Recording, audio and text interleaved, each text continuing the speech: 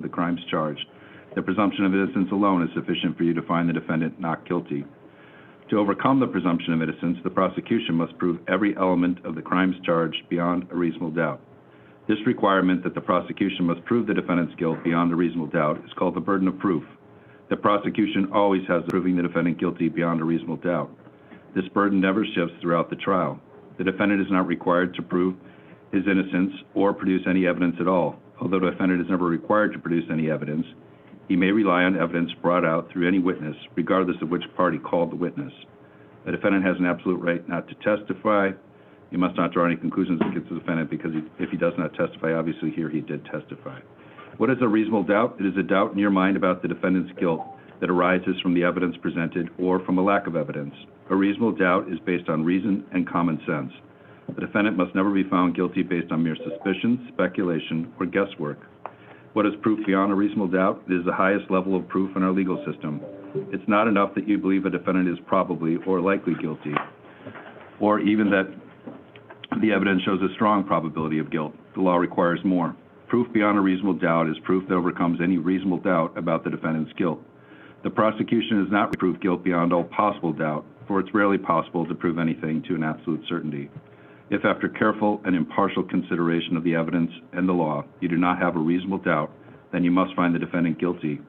If, on the other hand, you think the prosecution did not prove every element of the offense charged beyond a reasonable doubt, then you must find the defendant not guilty. Then we'll move to Instruction 16. You've heard testimony that the defendant made an out-of-court statement. It is for you to decide whether the defendant made the statement, and if so, how much weight to give it. In making those decisions, you should consider all the evidence about the out-of-court statement, including the circumstances under which the defendant may have made it.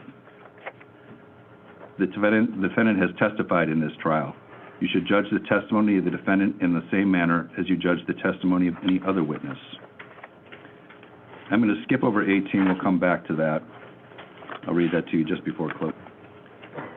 So moving to Instruction 19. The charging document in this case reads as follows. Count 1, that in the 3rd Judicial District, State of Alaska, on or about August 6, 2023, at or near Anchorage, Zarrius Hildabrand intentionally caused the death of Saria Hildabrand.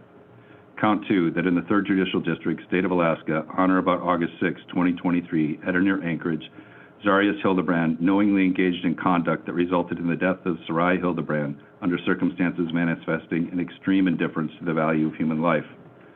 That in the 3rd Judicial District, State of Alaska, on or about August 6, 2023, at or near Anchorage, Zarrius Hildabrand destroyed, mutilated, altered, suppressed, concealed, or removed physical evidence with the intent to impair its veracity or availability in an official proceeding or criminal investigation, to wit, 5210 Mockingbird Lane, number 13.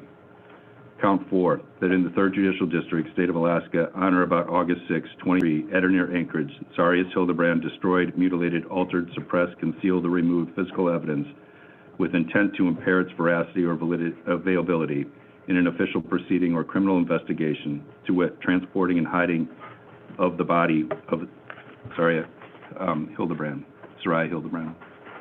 Zarrius Hildabrand, the defendant in this case, has been charged with the crime of murder in the 1st degree in Count 1. To prove that the defendant committed this crime, the state must prove beyond a reasonable doubt each of the following elements. 1, the defendant intended to cause the death of another person, and 2, the defendant caused the death of any person. You have been instructed on the elements of the offense of murder in the 1st degree in Count 1. This offense includes, in order, the lesser offenses of murder in the 2nd degree, manslaughter, and criminally negligent homicide. I have now instructed you on the elements of these lesser included offenses. The lesser included offense of murder in the 1st degree is murder in the 2nd degree. There are 2 different ways for the state to prove that the defendant committed this crime. Each of these ways requires the state to prove 2 elements beyond a reasonable doubt. The state must prove beyond a reasonable doubt, 1, the defendant intended to cause serious physical injury to another person, and 2, the defendant caused the death of any person, or 1, the defendant knew that his conduct was substantially certain to cause death or serious physical injury to another person, and 2, the defendant caused death of any person. With respect to the crime of murder in the 2nd degree, If you find that the state has proved beyond a reasonable doubt each of the elements in the first set of elements or each of the elements in the second set of elements, then you must find the defendant guilty. On the other hand, if you find that the state has not proved beyond a reasonable doubt each of the elements in the first set of the elements and that the state has not proved beyond a reasonable doubt each of the elements in the second set of elements, then you must find the defendant not guilty. To return a verdict of guilty, each of you individually must find the defendant guilty, but you need not agree among yourselves which of the two sets of elements the state has proved. The lesser included offense of murder in the second degree, described in instruction number 22, is manslaughter. To prove that the defendant committed manslaughter, the state must prove beyond a reasonable doubt each of the following elements. 1, the defendant caused the death of another person, and 2, the defendant did so recklessly.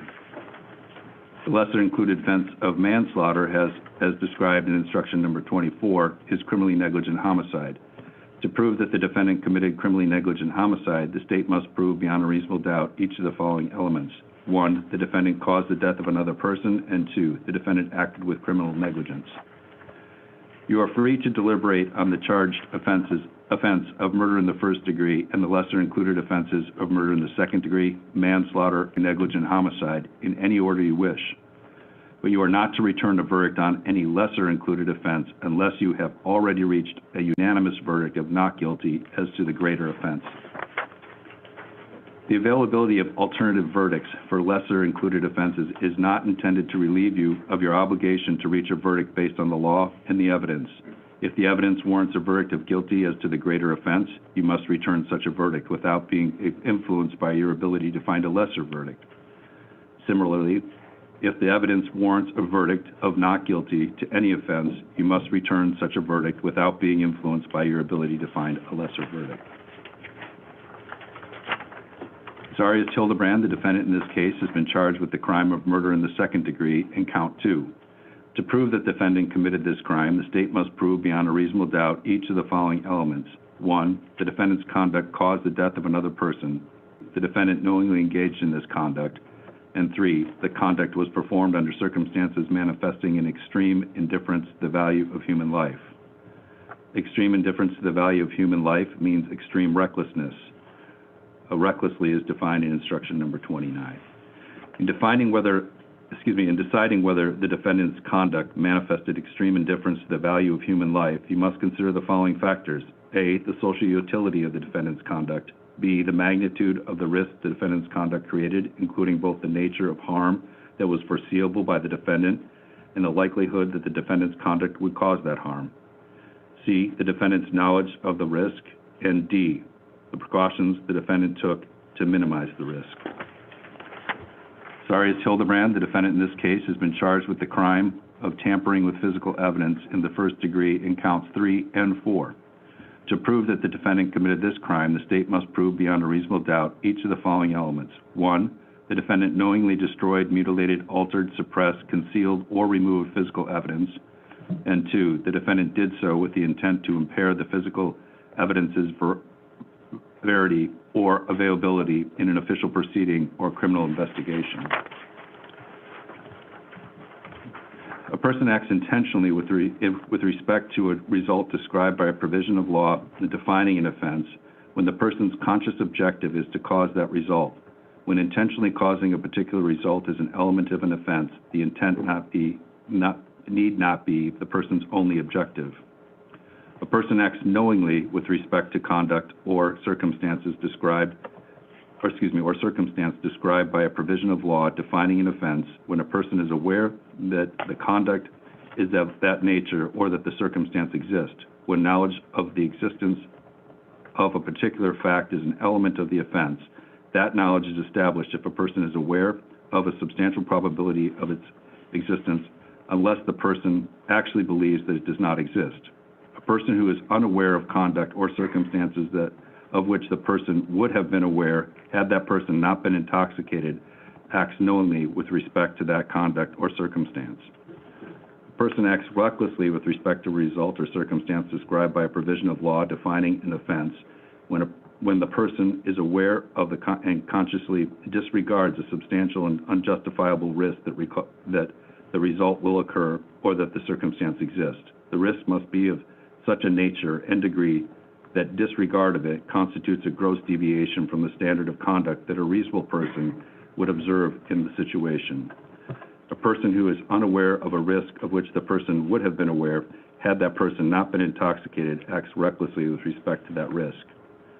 A person acts with criminal negligence with respect to a result or circumstance described by a provision of law defining an offense when the person fails to perceive a substantial unjustifiable risk that the result will occur or that the circumstance exists. The risk must be of such nature and degree that the failure to perceive it constitutes a gross deviation from the standard of care that a reasonable person would observe in the situation.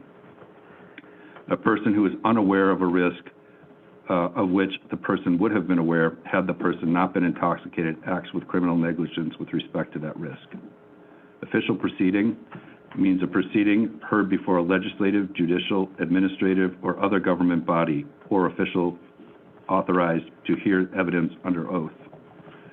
Person means, when referring to the victim of a crime, a human being who has been born and was alive at the time of the criminal act. A person is alive if there is spontaneous respiratory or cardiac function, or where respiratory or cardiac functions are maintained by artificial means, there is spontaneous brain function. Physical evidence means an article, object, document, record, or other thing of physical substance.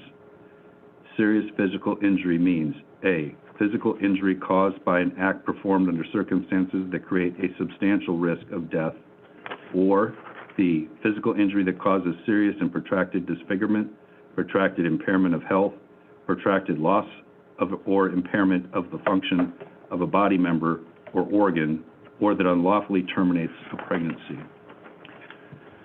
A separate offense is charged in each count. You must decide each count separately. Your verdict on one count should not control your verdict on any other count. As you consider each count, if you find that the state has proved each element of the offense beyond a reasonable doubt, then you must find the defendant guilty on that count. If, however, you find that the state has not proved each element of that offense beyond a reasonable doubt, then you must find the defendant not guilty on that count. To return a verdict of guilty or not guilty on a count, each of you must agree with that verdict. Motive is not an element of the crime charged. However, presence of motive may tend to establish guilt, and the absence of motive may tend to establish innocence. You may therefore give its presence or absence the weight you believe it should have as evidence. In your deliberations, do not discuss or consider the subject of possible penalty or punishment. That subject must not in any way affect your verdict.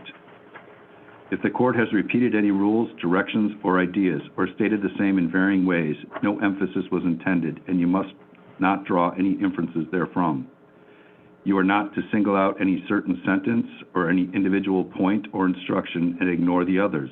You are to consider all the instructions as a whole and are to regard each in the light of all the others. The order in which the instructions are given has no significance as to their relative importance. All right, I'm going to stop there. We'll come back to 34 after the closings, but I'm going to look back to 18. At the end of the trial, the lawyers argue the case to you.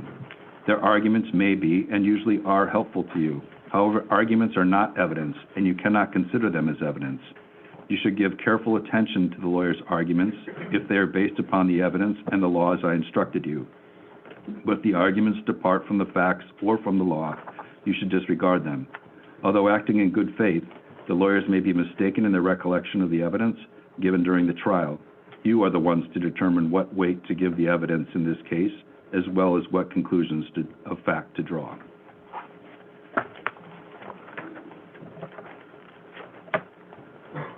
State.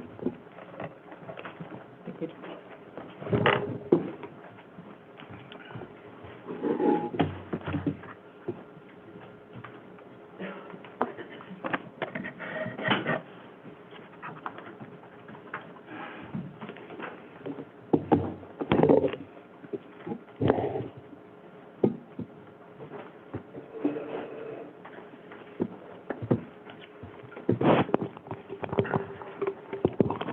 Where is she?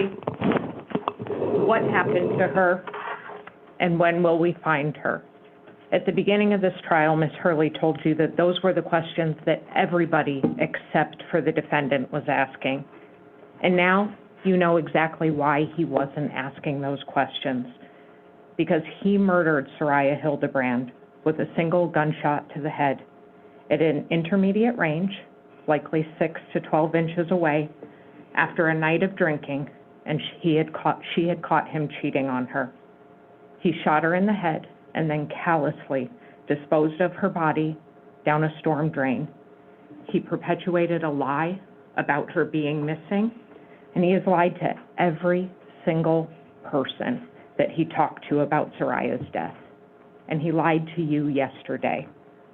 But the defendant could not work his magic on the police, and he will not work his magic on you either, because he knew what he was doing that night, and he remembers what happened. Selective amnesia is a coward's way out of a hard truth. He acted impulsively and drunkenly, no doubt, but he did act intentionally, and for that, he is guilty of murder in the first degree.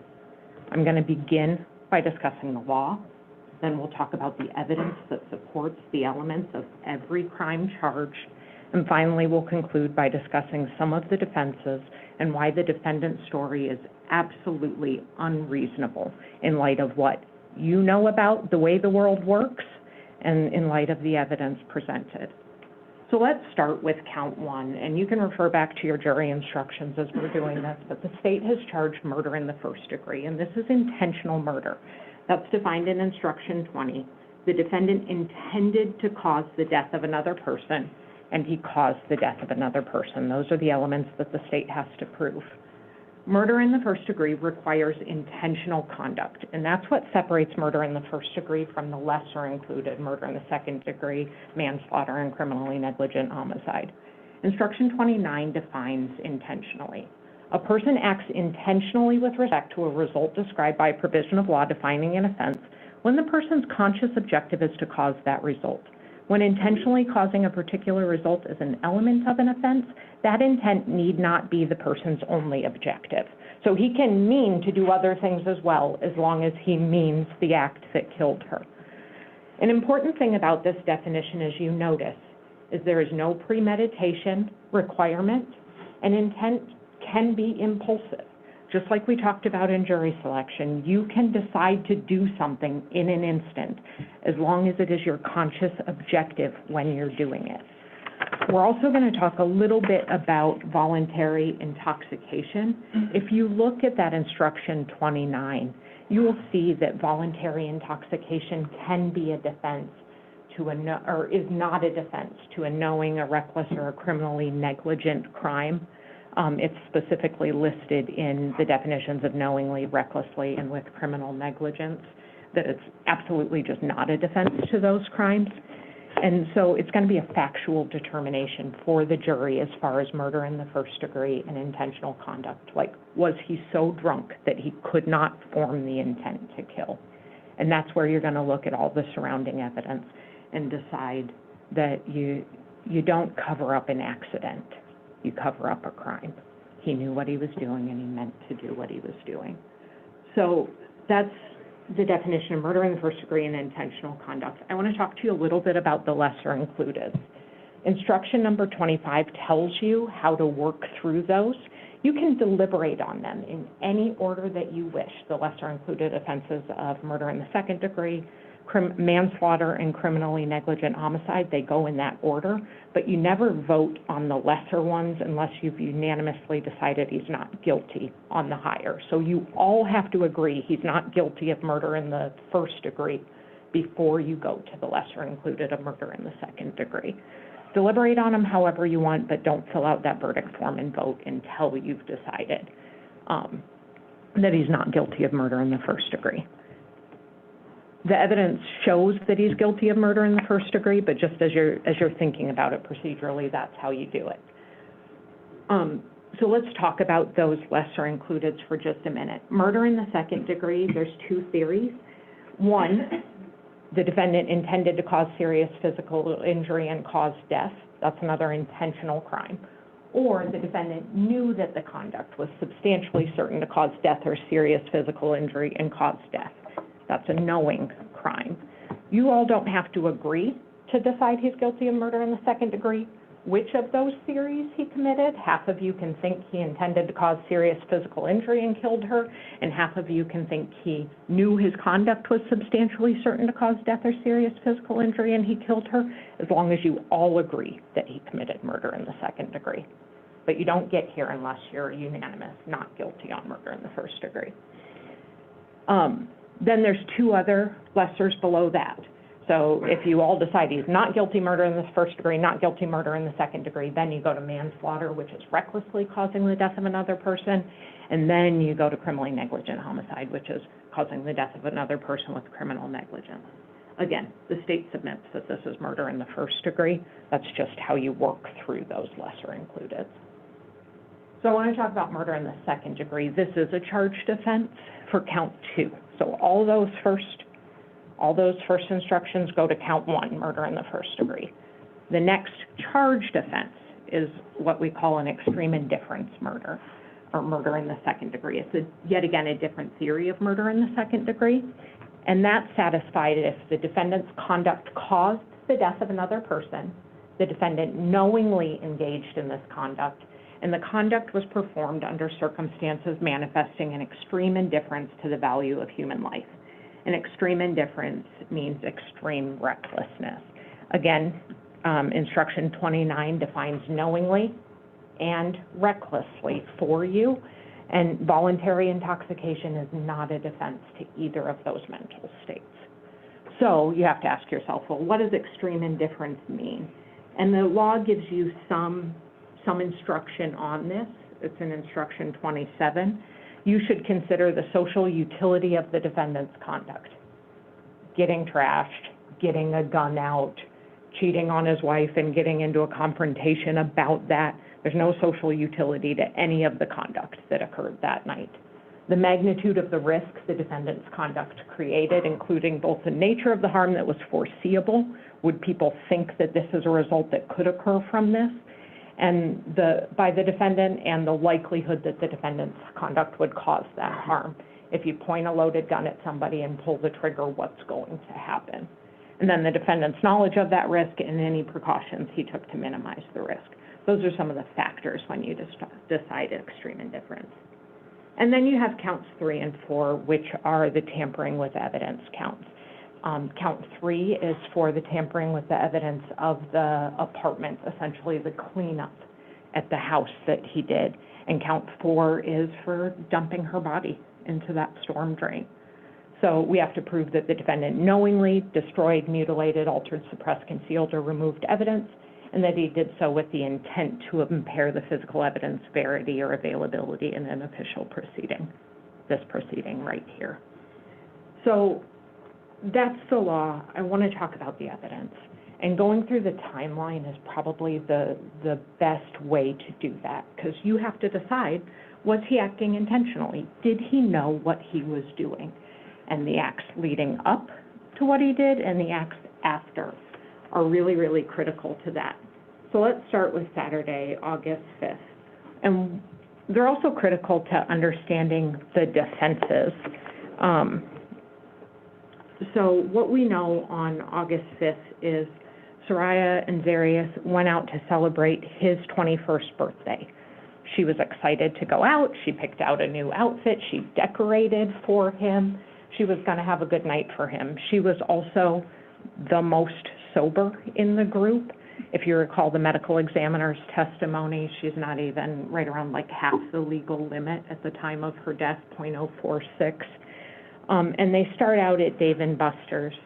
They win this Pickle Rick that she was excited about, and then they move to Willowa, where they are drinking and dancing and having fun. Saria is doing the most of the dancing and having fun, but everybody is getting along. And at some point in the night, no doubt the defendant becomes intoxicated. It is his 21st birthday. The state is not saying that he's not drunk. He's just not drunk enough to not know what he's doing. And so they walk from Willowa to the gas light. He gets turned away at the gas light, and 4 of them, Marie, Isaac, Saria, and the defendant, take an Uber or a Lyft back to the house. The defendant is falling asleep, but also waking up in the Uber and telling people thanks for the good night. If you recall Marie's testimony, he was kind of in and out, but aware of who was with him and where they were going. And if you listen to his testimony, he was the one that wanted to go home. Like, he knows that he's hit a limit and needs to go home. And Saria helps him into the house, but he's able to walk on his own accord. Despite getting sick, he's up and he's moving. And then we move into the early morning hours of August 6th. We know that this is the last picture of the two taken together, and the time on the phone is just after midnight, 7 minutes after midnight. And then we know that this is what he looked like in the bar.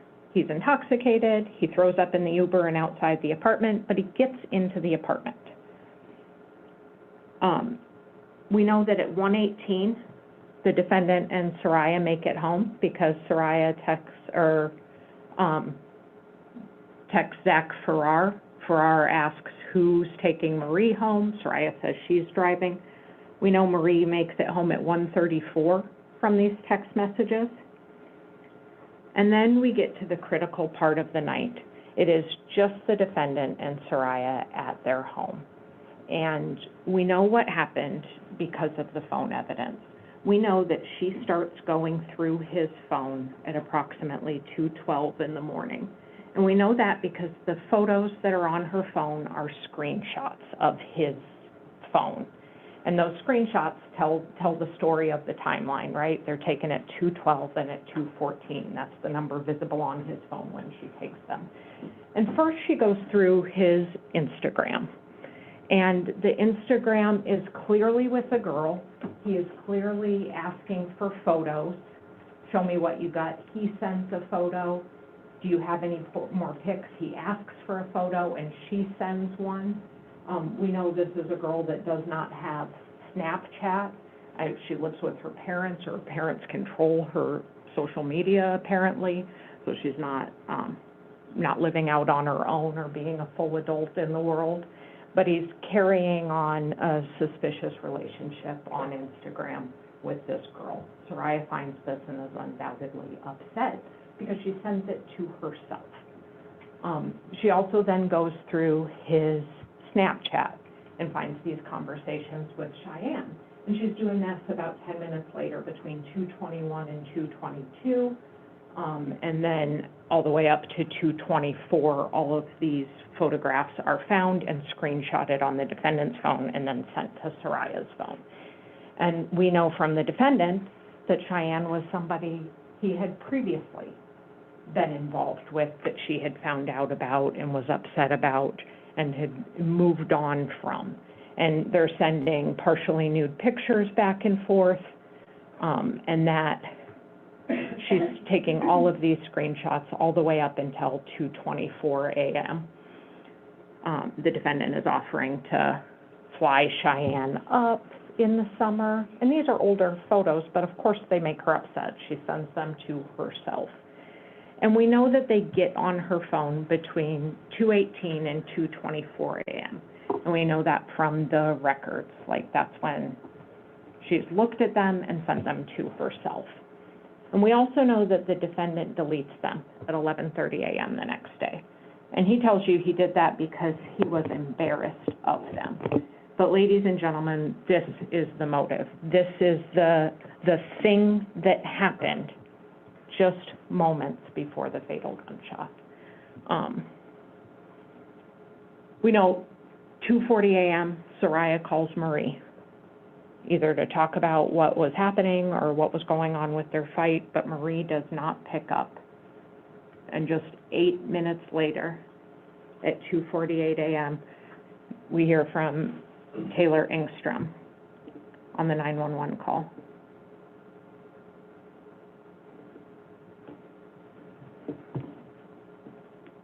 Here's my sound not on.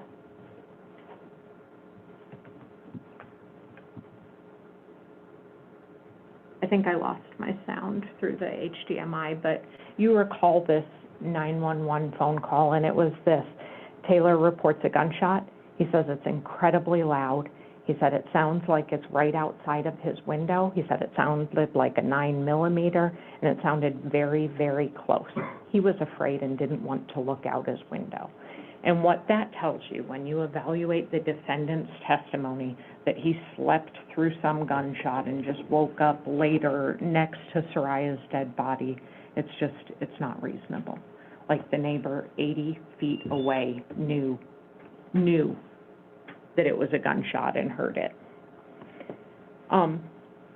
So the next morning, when the defendant gets up, you have to really look in the records. Well, you have to use your common sense, but if you look in the records, it's easy to disprove the defendant's story. He calls himself at 8:25 a.m.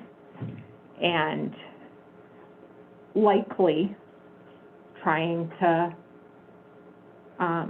devise a story about what had happened to her. If she's calling him, she's not with him, right? So he's setting up a trail about what could have happened. And then he searches the Alaska Bush Company homepage, and he actually goes into and visits their homepage at 8:32 a.m. And his description for this, he at first just didn't know, and somewhere on direct examination, he said he, was looking at pornography later because that's where he found comfort. We can't get into his mind. There's a couple of different possible explanations for this. He's trying to plant a story, maybe looking to see what time they're closing hours so he can say Saria went there after and he wasn't responsible for this and, somebody else killed her at the Bush Company, who knows? Or he's excited and aroused by what he did, and he's going to the Bush Company to look at things, just the same as he Googled the Castle Mega Store. You don't have to know which of those things he meant to know that he's not just finding comfort in the Bush Company web pages. His wife lies dead in the bed next to him. This is at 8:32 a.m. And then at 9:19 a.m., he maps to the Castle Megastore. Again, he's either thinking of a story or getting excited about what he's done.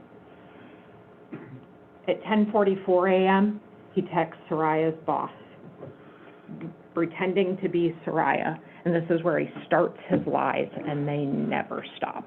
And they don't stop all the way through his testimony yesterday. Hey, this is Saria. I can't make it into work today. I went to Jimmy's last night and I'm pretty sure I got food poisoning from it. I'm so sorry. I would have called Craig, but I don't have his number. But Nadia Jones right away is suspicious of this because she does have Craig's number. She's called into Craig before. And so Nadia already, at the very first time the police talk to her, is suspicious of the defendant's story because she knows that Saria doesn't call in that often, and when she does, she has Craig's number. And we know that from her cell phone that Saria did have Craig's number saved. She just had it saved under the CEO of Bread and Brew and not his name, and that's why the defendant couldn't find it. So this is at 10 in the morning, 10:44 in the morning. The next thing he knows the next thing he does that we know about is he goes to Fred Meyer's for the first time, and he purchases Gatorade, marinara sauce, and Everyday Living Sheets. Gatorade, because he's working off a hangover. Everyday Living Sheets, because he's got to clean up the bedding, and it's a mess. And marinara sauce, again, we don't know why he's purchasing this. Is he purchasing this to make the rest of the transaction look normal? Is he purchasing this because he wants to eat something? There's no noodles or mozzarella sticks with it. Or is he purchasing this because he's 21 years old and the blood that he can't clean up he wants to disguise with spaghetti sauce? If there's things on the floor that he can't quite get up, if you run some spaghetti sauce over them, has he created a story for the stains on the carpet? But those are the main purchase here is the Everyday Living Sheets that we know end up on the bed. He then does some mapping and some traveling. Ronnie's barber shop, he told you apparently he was just thinking about how he needed a haircut. He went to Waldron Pond, and he went to Bancroft Park. And this is where he is scoping out already, early in the morning after he's killed her, where to hide the body. And that's how you know that this is intentional. When normal people wake up and to the situation that the defendant says he found himself in, they don't assume that people are going to think they did it unless they did it. That's not a normal assumption. Normal people are going to say, oh my God, what happened? Let me try and save her. Let me call 911. He didn't. He's taking all of these steps to clean up. And at 2 o'clock in the afternoon, he is already looking for and finding the place that he's going to dump her body. And then he needs a break in the middle of the day from all of this cleaning. And he goes to the Brown Jug warehouse. He purchases the bottle of Four Roses and a 2-liter bottle of the Coke. And you can go back and watch that video. And you should watch this video in particular where he's standing in the cashier line at Brown Jug, just so completely unbothered by what he's done and what he's in the middle of doing. Much like his testimony, it's just so callous and so calculated and so unemotional and frankly selfish. Like this is what he's thinking of in this moment. And then he texts his dad, and his text messages with his dad are also really telling as to his mindset on that day. He's not scared. If he is, he's scared of what he did and that he's going to get caught. He's not sad that Saria's dead. He never once expresses through his whole testimony or through any of his actions grief. Not a moment of it. And that's evident when he texts his dad. His dad says, I hope you had fun last night. And he responds, I did. Maybe a little too much fun. And Dad says, well, that's okay, as long as no one got hurt or went to jail. And he texts his dad, well, neither of those things happened. And then he initiates on his own. I ended up getting that small batch of Four Roses. And his dad says, sweet, that's a good one. And you met the defendant's mother yesterday. Man, and you have to feel for her, right? Like, she didn't ask to be in this position. She didn't want to testify, and he didn't want her to come and hear these awful things.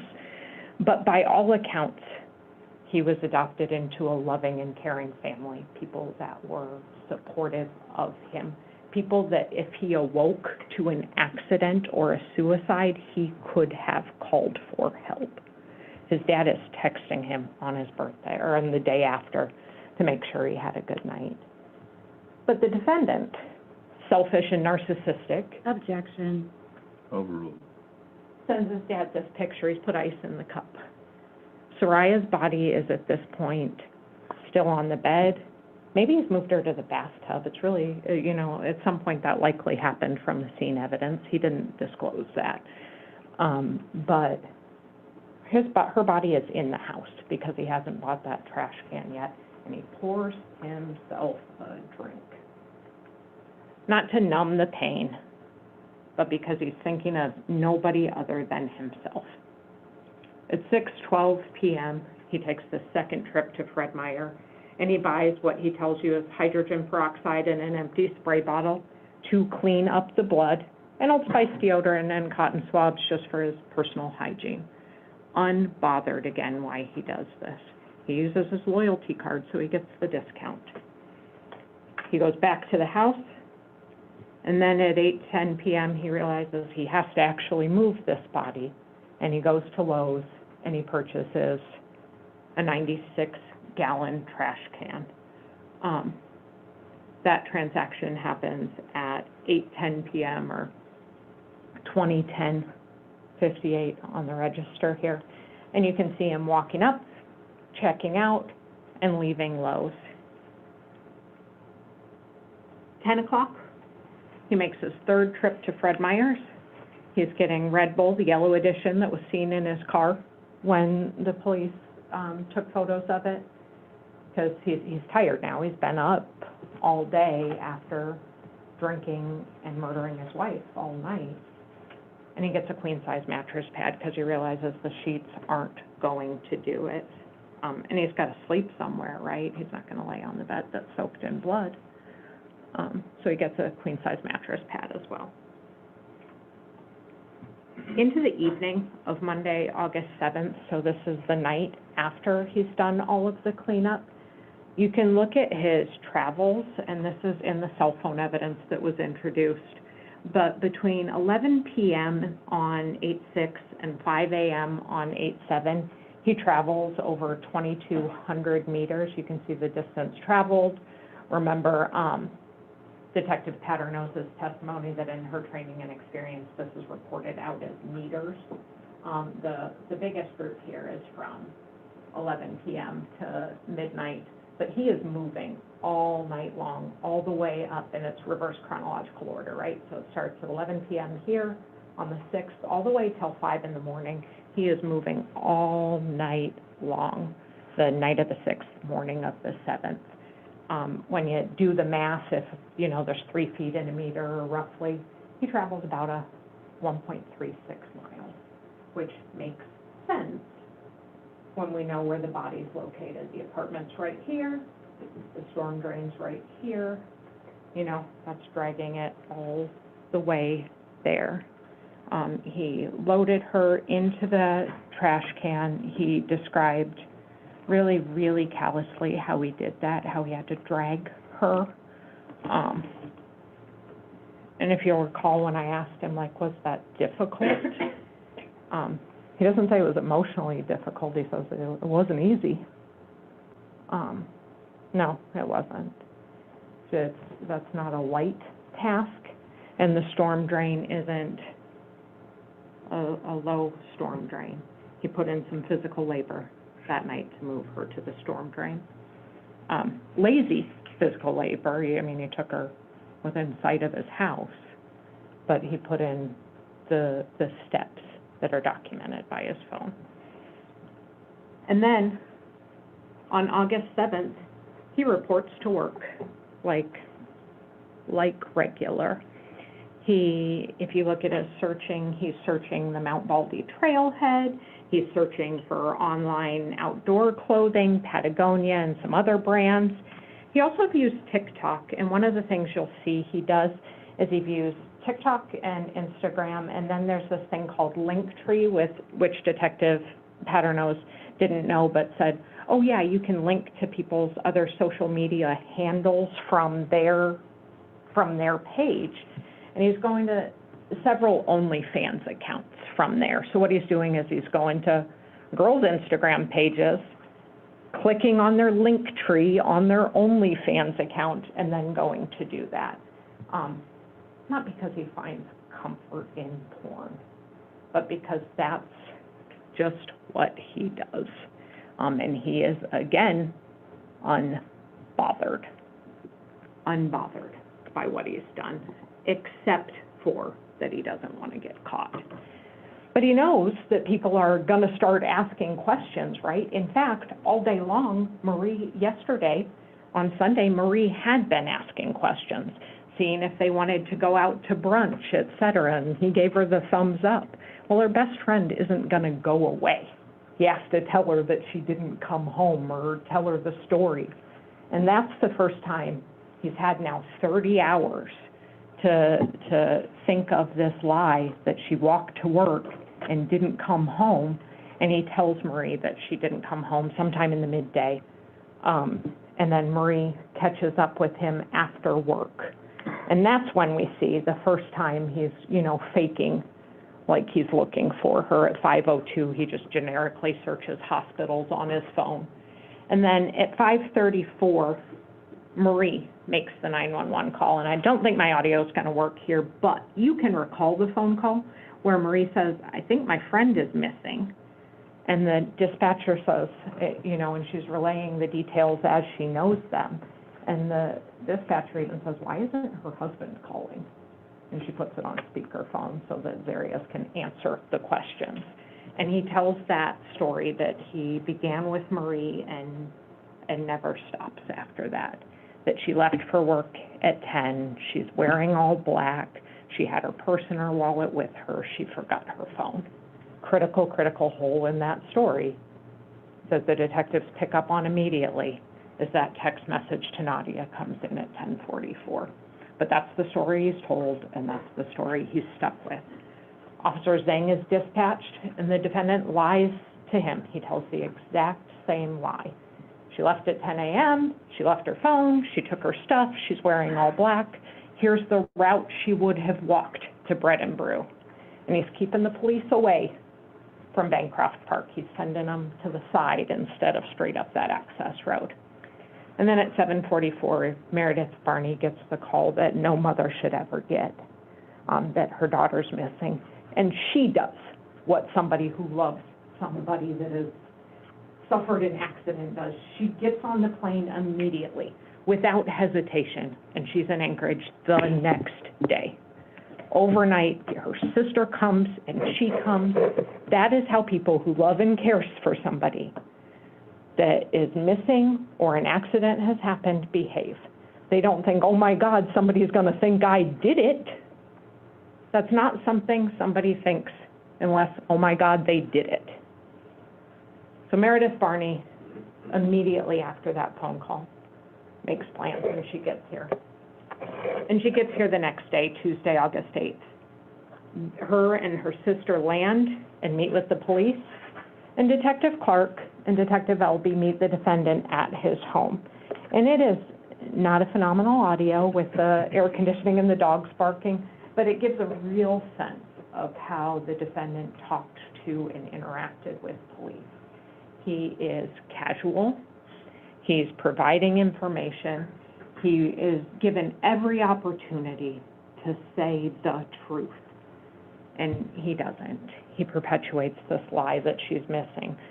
But he can feel the walls starting to close because at the end of, because Detective Elby took him back to the bedroom, first of all, and said, can I look under the bed?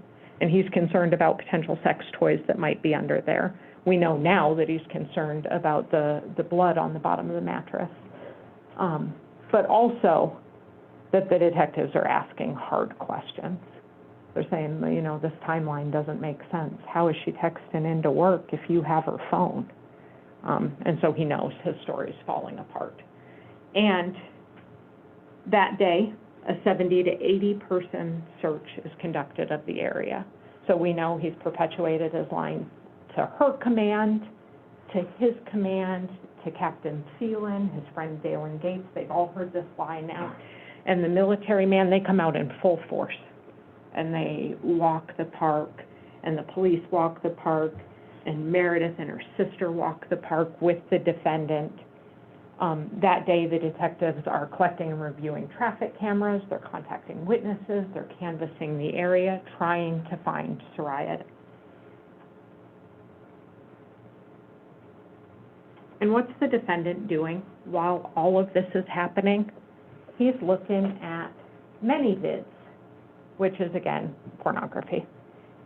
That's how he's spending his time while people are out looking for his wife.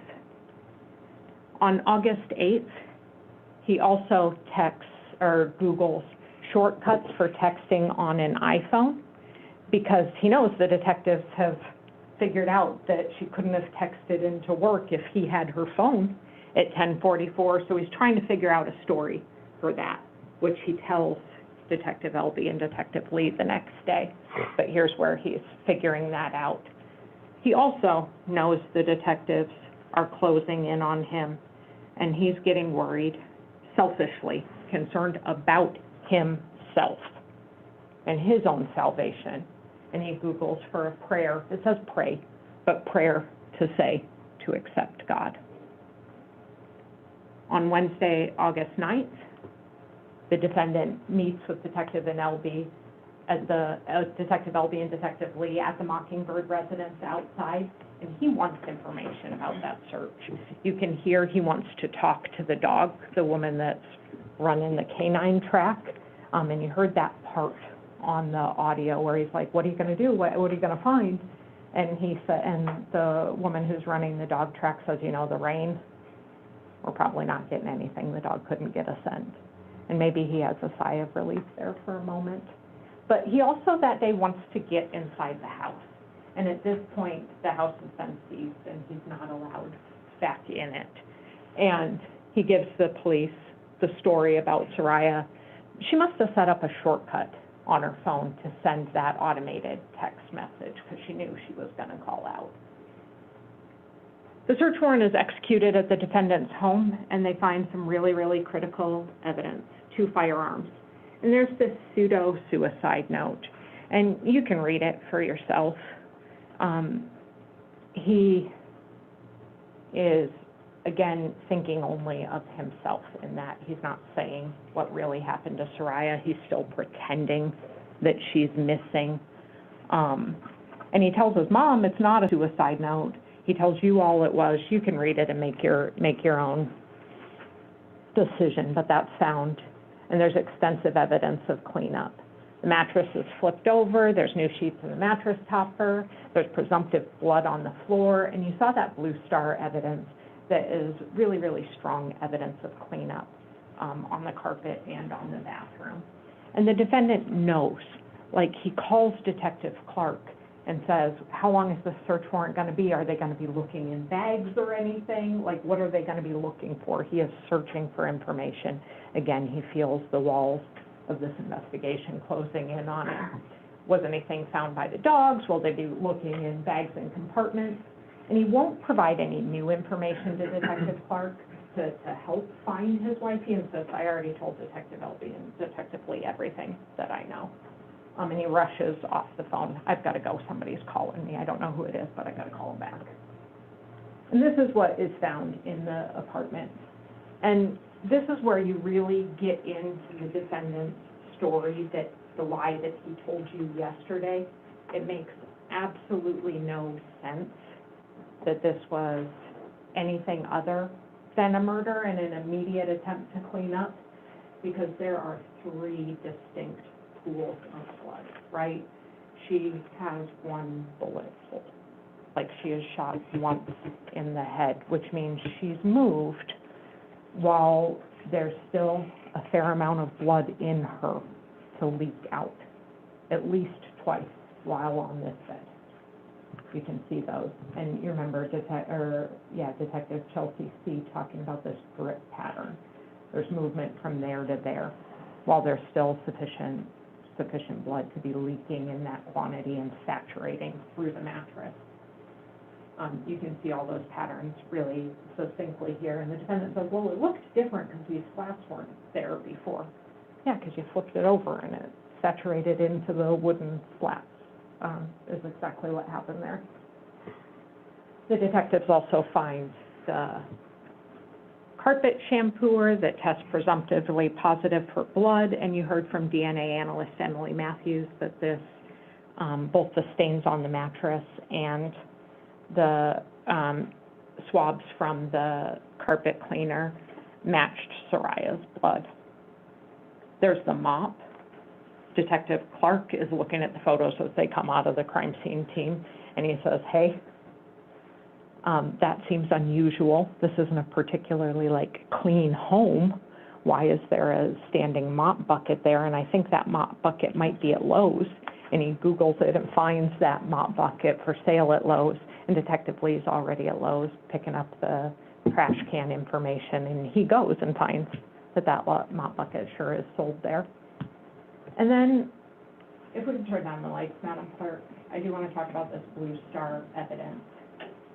You've got the hallway between the bedroom and the bathroom and evidence of blood or cleanup there on the floor. And then you've got the bathtub, and you've seen this home, right? Like, it is not pristine. The second bedroom, frankly, they've let the dogs completely destroy. The kitchen is full of dishes in the sink. The counters have not been cleaned, but this bathtub is pristine. And there is all this evidence of presumptive blood or cleanup on the bathtub and the floor directly in front of the bathtub, and in the sink. And so this is where the defendant's story, we can turn that back up, please, Madam Clerk. This is where the defendant's story about what he did that day when he was cleaning her up kind of breaks down. Like, she was moved, or there was blood in that bathroom undoubtedly, or substantial cleanup, and you have to ask yourself why. The other thing the detectives find at the residence is this weapon. And this ends up being, after ballistics testing, the murder weapon.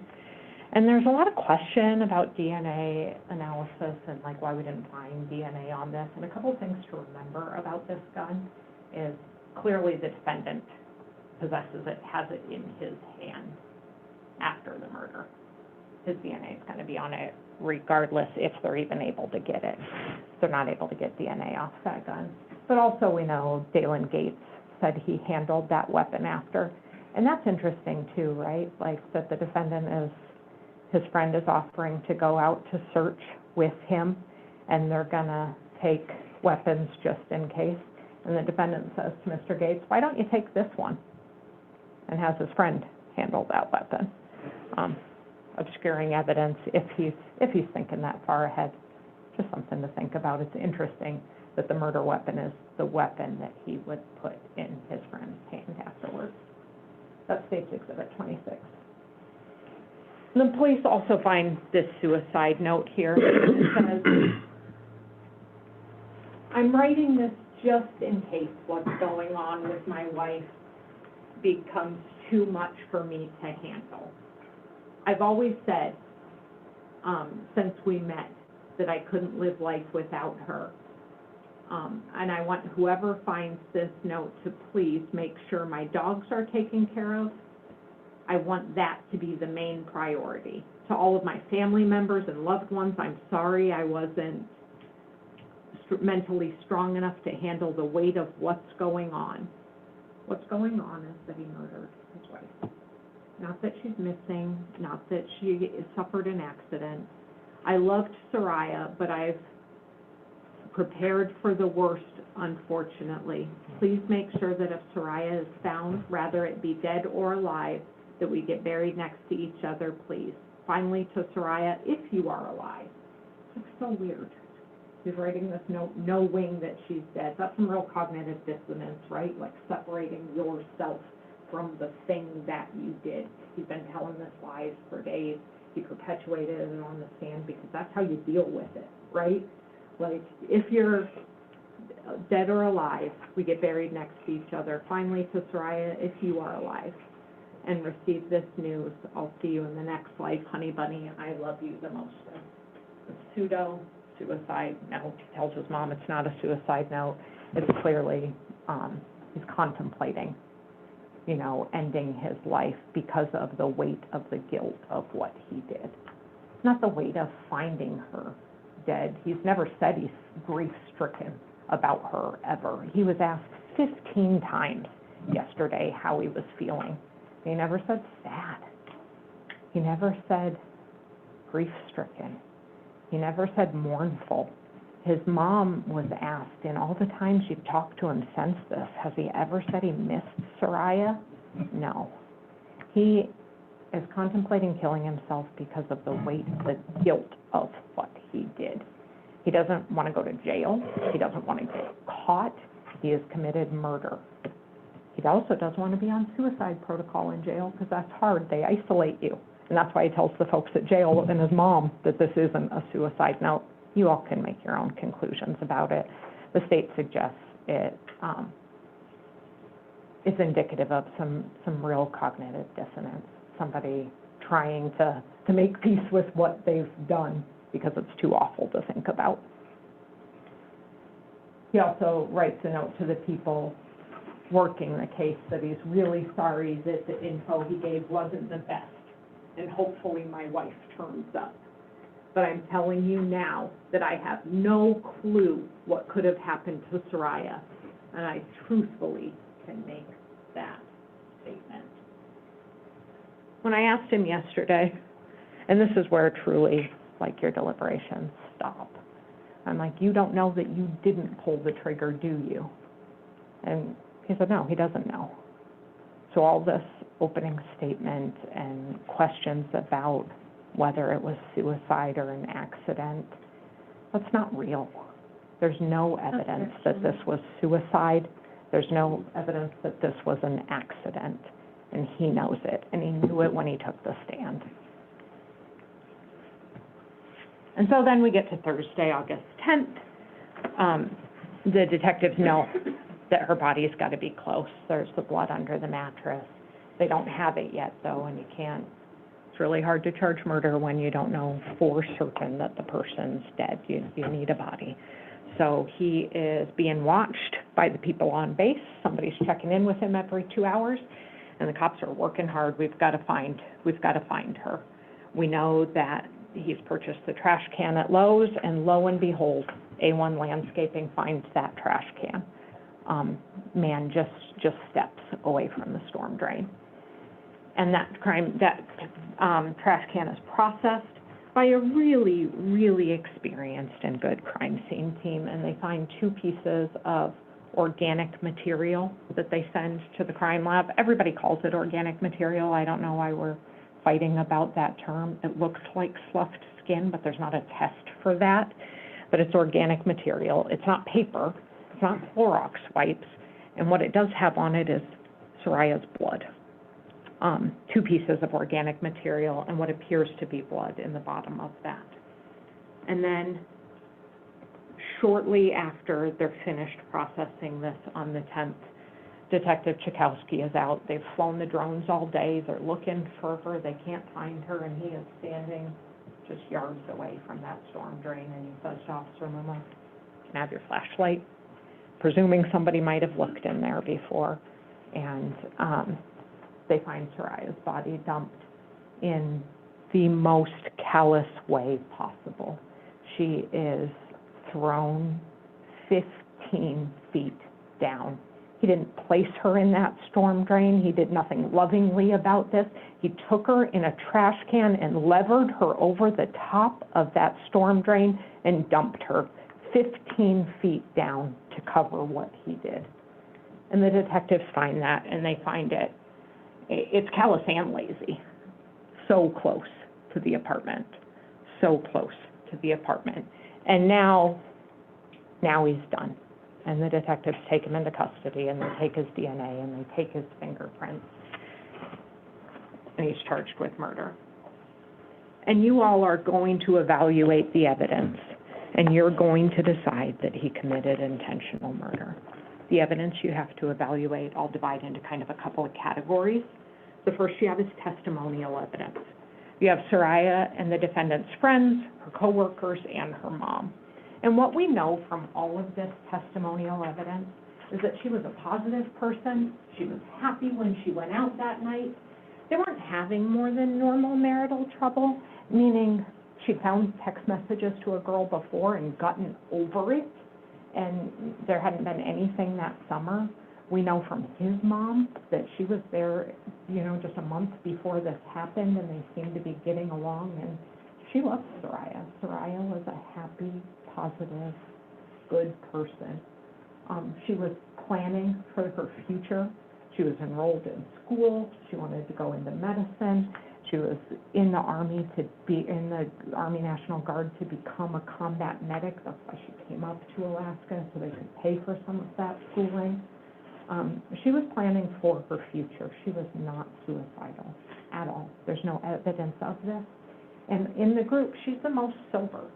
She didn't make some drunken, outrageous decision to take her own life, or she's also weapons trained, right? She didn't handle that weapon and have it go off accidentally because she was mad.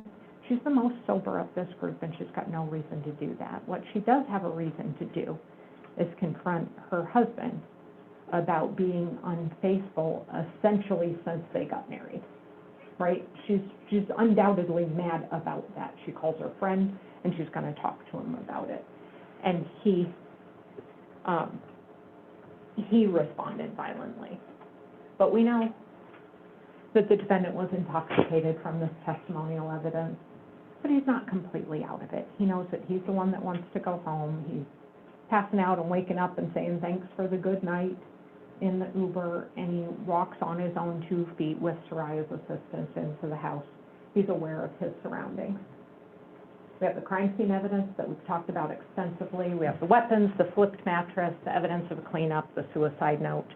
We have the recovered trash can, and we have the storm drain. All of those different scenes were processed by an exceptionally well-trained and professional team. And then the defendant's vehicle that has the gas can in the back of it, and the detectives are like, hey, that's weird because we smelled gas. And sure enough, they did. The defendant admits that he poured gas on that bedding because he was going to burn it. And then you have the testimony of the state medical examiner. And here, between the state medical examiner and the ballistics expert, Samantha Castle, that's where the rubber meets the road on was this intentional or was this accidental as far as physical evidence goes. And he tells you, and his whole job is to determine cause and manner of death, and he has to do so to a high degree of medical certainty, and he has to sign a death certificate that says those things. Suicide and undetermined are options for him, and they're options that he uses. And he decided, in his medical expertise, after doing a full head-to-toe autopsy of Saria's body, that her cause of death was a single penetrating gunshot wound to the left forehead. And that positioning on the left forehead becomes really critical when we talk about intentionality. And the manner of death that he certifies is homicide. He signed with his MD after it that this was a homicide, and that means at the hands of somebody else. And he did so because it is an intermediate range gunshot wound. It is not a contact wound. And Detective Clark told you he has responded to hundreds of suicides and never seen a suicide that wasn't a contact wound. And a contact wound looks very different. It has a real distinct pattern of burning and soot right around the gunshot. And it's awful and terrible to look at and think about, but this isn't a contact wound, and it's not a near contact wound. It's an intermediate distance. She's got a pattern of stippling, which is those burnt gun particles outside of the left side of her head that goes out 9 centimeters. So he said suicide is improbable, and he certified the death as a homicide. And I want to look at that photograph again just so you can look at it. There is no evidence of a contact wound there. Both he and the ballistics expert said that. It's not contact and it's not near contact, which means it is, according to the ballistics expert, probably about 6 inches out. And you're going to have that orange dummy gun back in the jury room. You can't put your hand in this position, release the safety, and pull that trigger like a gun pulls back, and this hurts. It is unnatural to do, especially with your dominant hand. And it's bad with your non-dominant hand, too, to get that pattern that starts here and goes out here. Like, it's just not a way that people kill themselves. It's not a way that the detective has ever seen somebody kill themselves. And the medical examiner said it's not a contact wound. This isn't a suicide, and it wasn't done by Saria's own hand. And then we have the crime lab evidence. First, we have Aaron Clay. He looked at latent prints. The only usable prints we had were on that Glock case. This just shows that the state, they pulled out all the stops. They tried to find all of the evidence that they possibly could. And what we got was some prints off the Glock case that were able to be matched to Mr. Hildabrand. We're going to talk a lot about his credibility, and we have talked about a lot about his credibility. But man, when he wouldn't answer whose Glock that was weird. That was weird. It has nothing to do with the case. Like, that Glock wasn't used in this incident. But when you're deciding, like, is somebody being truthful to you? Like, he knows whose weapon that is. I'm not pushing it because, frankly, the state doesn't care because it's not part of the evidence in this case. But it's really weird that he wouldn't say it. And then you have Samantha Castle. She did ballistics, and she identified the murder weapon, that Sig Sauer, as the gun that's fired the bullet fragments that were found in Saria's brain and her skull. And she did muzzle to target distance testing, and you can go back and compare, like that autopsy photo and the Naga hide test that she did. And she says, I can say it's further away than contact, less than 12 inches, probably closest to 6 inches. And you can look at that, and that's borne out by that testing. And then you can think, is this reasonable? And it's not for a suicide. And then you have the expert testimony of Dr. Emily Matthews. And there's no blood on that Sig Sauer, no blood on that murder weapon. And so that tells you that it might be further out than 6 inches, right? Because you would expect some blowback, but certainly not closer. And certainly not contact, because there's no blood on that gun that you would expect if it were a contact wound. But she also testified that there was blood and DNA matching Saria Hildabrand on the mattress, on the swaps from the carpet shampooer, and on the organic material from the trash can. All things that help put the story together about what the defendant did, both during the homicide and after. Both during the homicide and after. And that's what we want to talk about when we talk about intent and we talk about motive. You have a jury instruction, it's in your packet, it's instruction number 31. And it says that motive is not an element of the crime charged or any of the crimes charged. However, presence of motive may tend to establish guilt. An absence of motive may tend to establish innocence. You may therefore give its presence or absence the weight you believe it should have as evidence. Ladies and gentlemen, the state submits that those Snapchat records with Cheyenne, who Saria had known about before, but the Instagram messages with somebody else who appears to be younger are certainly evidence of motive. The defendant is messaging two different women, asking to exchange nude photographs, and she caught him. She caught him and she was done, and that is why he killed her. We don't have to prove motive, but it helps. It helps you decide. In that moment, when he pulled the trigger, did he mean to do it? So motive is an indicator of intentional conduct. She found out he had been cheating. She tried to call Marie. She confronted him, and 8 minutes later, she's dead.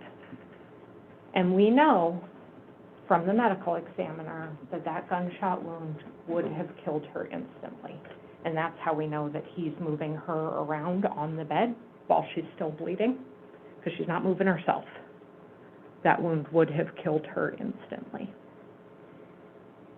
I've talked a little bit about this, but we have to confront voluntary intoxication.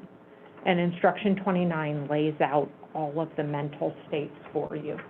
Voluntary intoxication is not a defense to knowing, reckless, or criminally negligent crimes.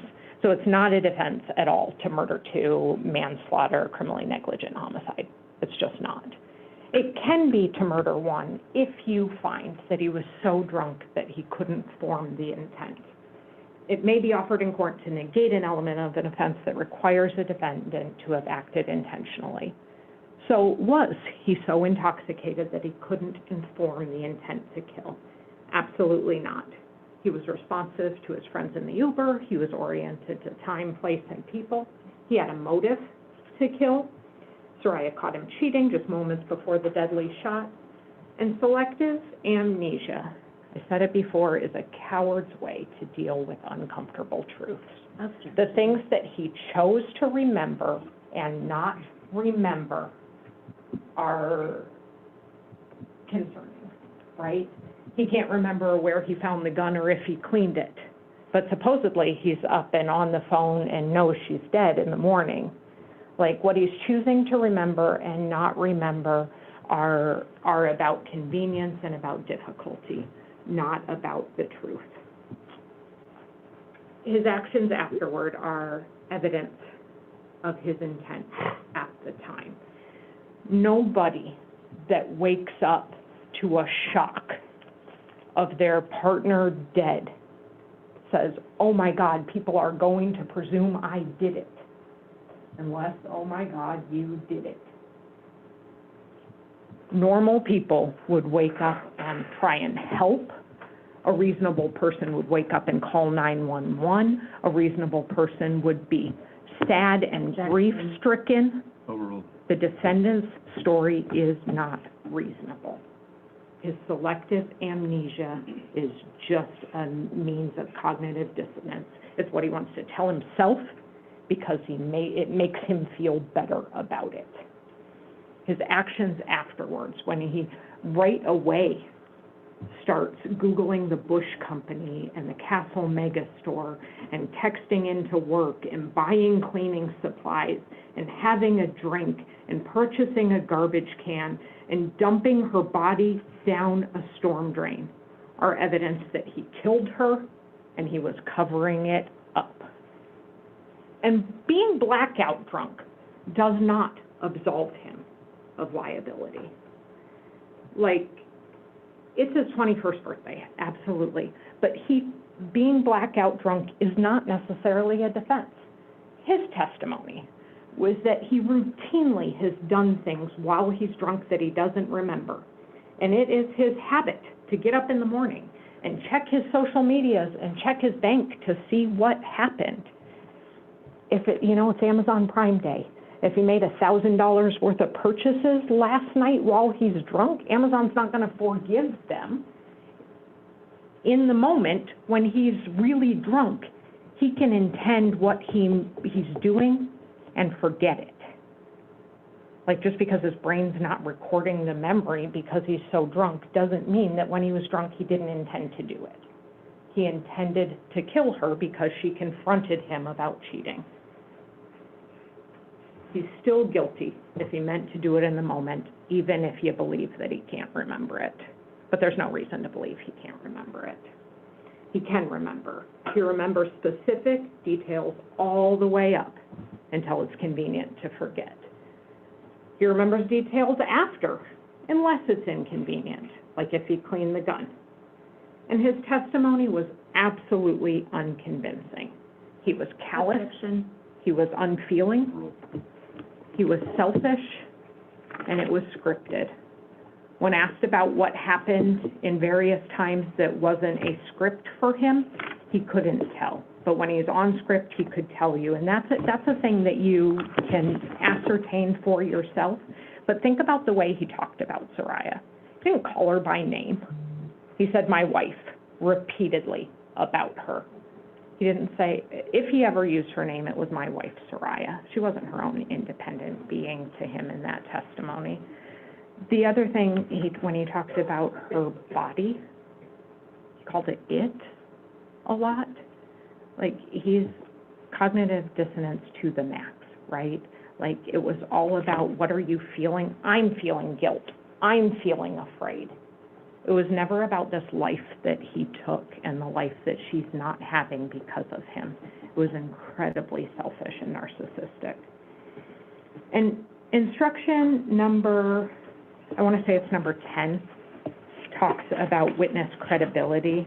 And it's worth looking at, just because these are all things that I think jurors normally think about when you're evaluating if somebody is credible as a witness. And it tells you just a number of things that you should evaluate: their attitude, behavior, appearance on the stand, and the way they testify.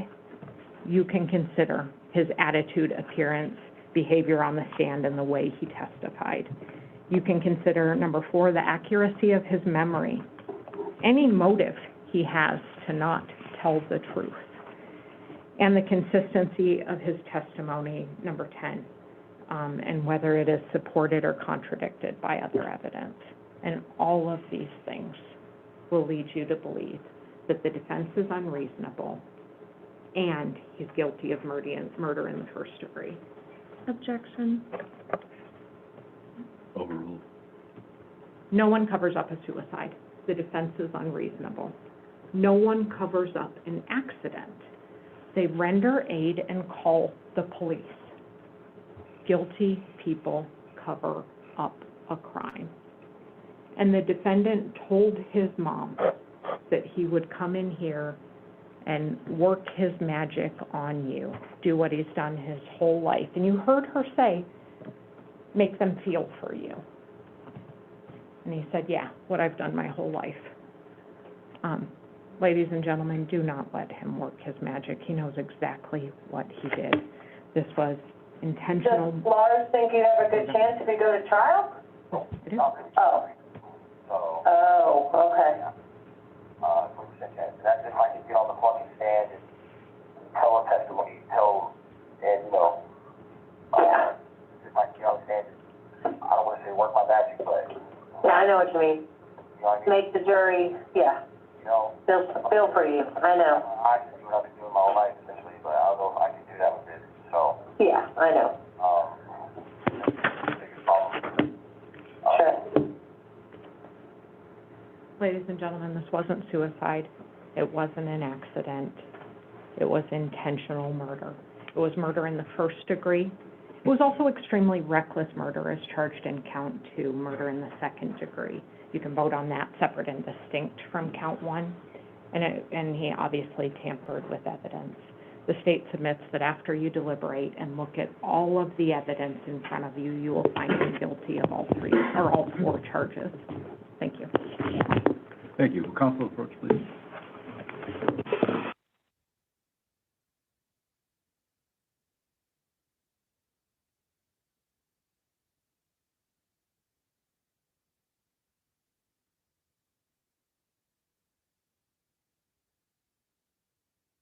Before defense gives their closing, we're going to take a break in about 15 minutes here, and then we'll have you back for the closing comments. Please don't discuss the case yet.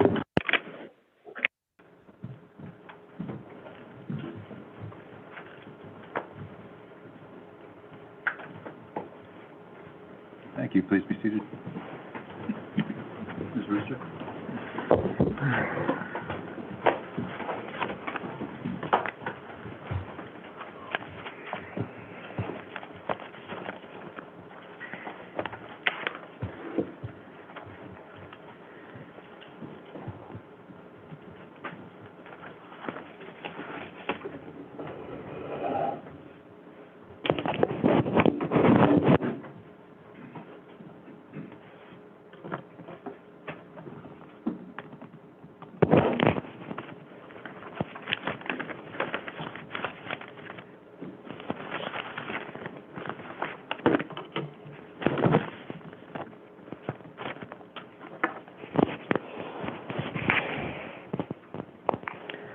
Homicide,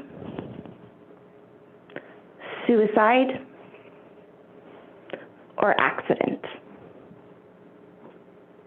The evidence in this case has shown that these are the 3 plausible manners of death that could explain how Miss Saria Hildabrand passed away.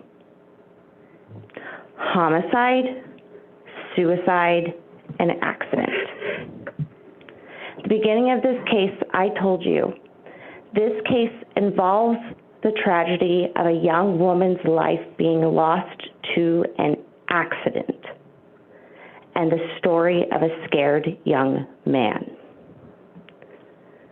You've now heard all of the evidence in this case, and I submit to you that it is reasonable to believe that Saria's death was an accident. An accident that was not caused by Mr. Hildabrand, but unfortunately by Saria herself. And because there is reasonable doubt in this case about the manner of Saria's death, there is reasonable doubt to every theory of homicide that the government has presented you with. From intentional murder to criminally negligent homicide, there is reasonable doubt about the element of causation. Every one of those theories, murder 1, murder 2, manslaughter, and criminally negligent homicide, all require you to find as a jury that the government has shown through proof beyond a reasonable doubt that Mr. Hildabrand caused the death of Mrs. Hildabrand. And I submit to you, there is doubt about cause because there is doubt about manner. What is reasonable doubt? A reasonable doubt is based on reason and common sense. But there are times where common sense is betrayed to trauma, leading to choices that in hindsight are objectively wrong.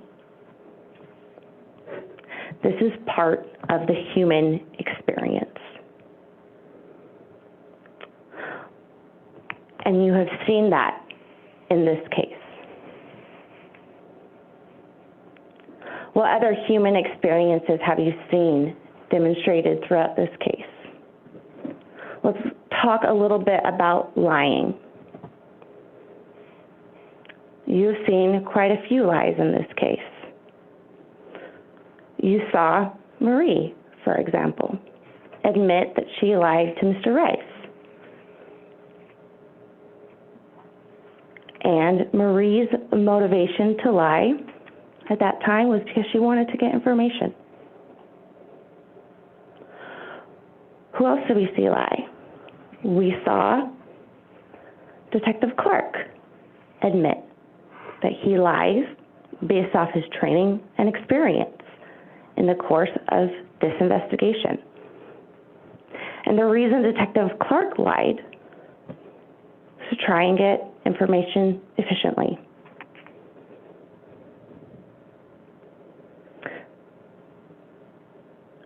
Lies can show a lot of things. What's important is what is the motivation for the lie. The government would have you believe that a lie must be evidence of guilt. I submit to you that lies can mean a lot of things, and they don't always mean guilt. No one here thinks that Marie is guilty of a crime, even though she told a lie to get information. No one believes Detective Clark committed a crime, even though we know he told a lie to try and get information.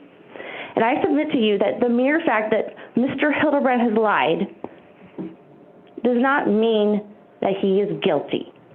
What you need to look at is the motivation behind the lie.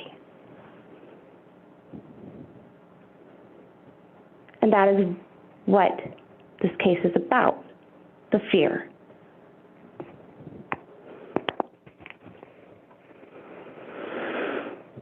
In his panic and fear, Zarrius made some mistakes, some abysmal choices. But these choices and mistakes should not be seen as evidence that Zarrius killed his wife. They should be seen as evidence of what they are, evidence of fear.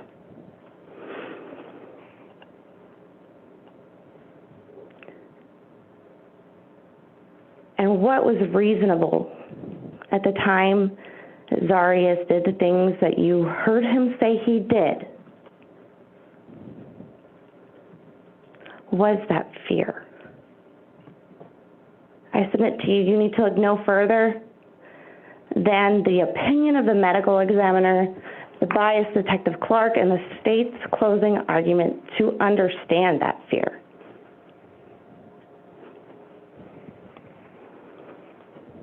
Fear. So why was Zarrius' fear reasonable? What was Zarrius afraid of? He was afraid of being accused. When he woke up, he did not know what happened the night before. The government wants you to look at a timeline and wants you to believe that Mr. Hildabrand was immediately looking at pornographic materials after he found his wife deceased. But go back and listen to what Mr. Hildabrand actually said. When Mr. Hildabrand woke up, he looked for his phone. He couldn't find it. But Saria's phone was there. Mr. Hildabrand got out of bed, used Saria's phone to call himself. He called himself twice. And those calls were not answered. I submit to you, it is reasonable for a person to call themselves when they can't find their phone. Then what happens? Mr. Hildabrand can't remember what happened the night before. So he goes and he looks in his phone. Mm-hmm. He can't remember everything he looked at because this happened almost 3 years ago. Because he was still drunk when he woke up. And because what would happen next was a traumatic experience. And I submit to you, use your reason and common sense here. Trauma affects people differently. Trauma affects memories. Trauma affects our ability to recollect and perceive things. The government wants to call Zarrius a coward because he can't remember everything perfectly.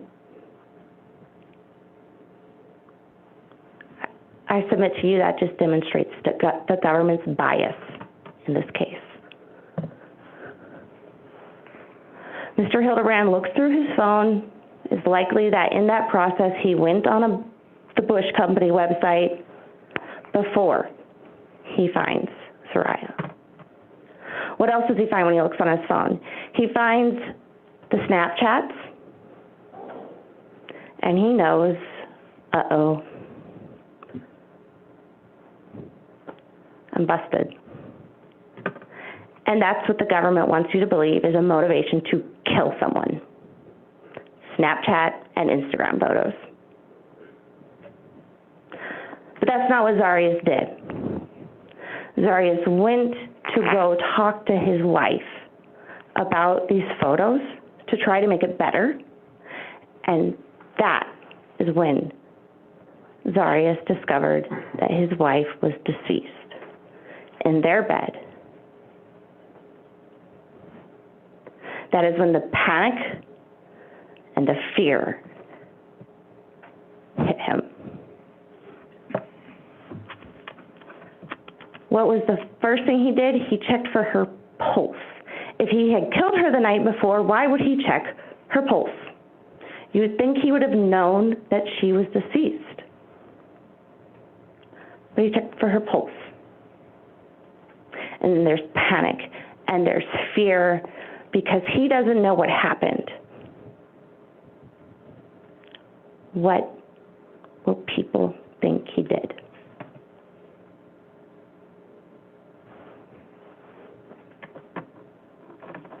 That was a reasonable fear. And Zarrius wanted to protect the people he loved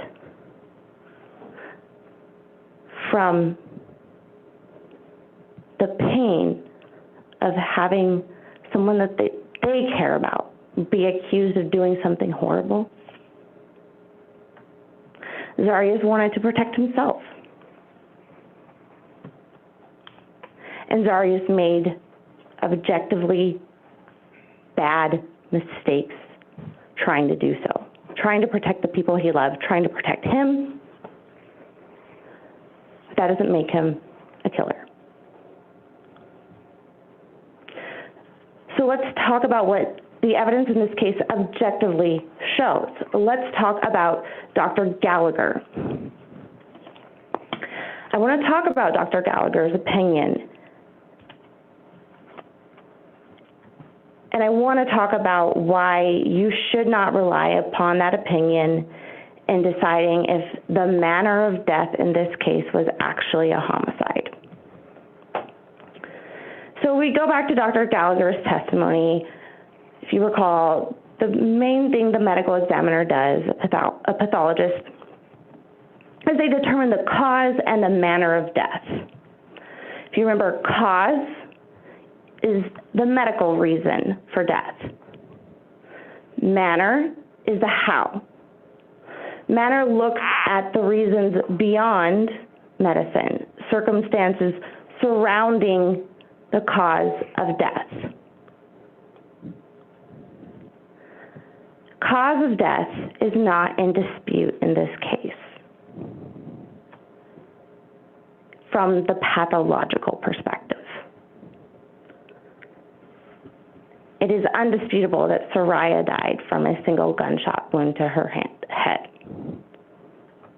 What is in dispute here is the manner of death, the how. How did that gunshot wound happen?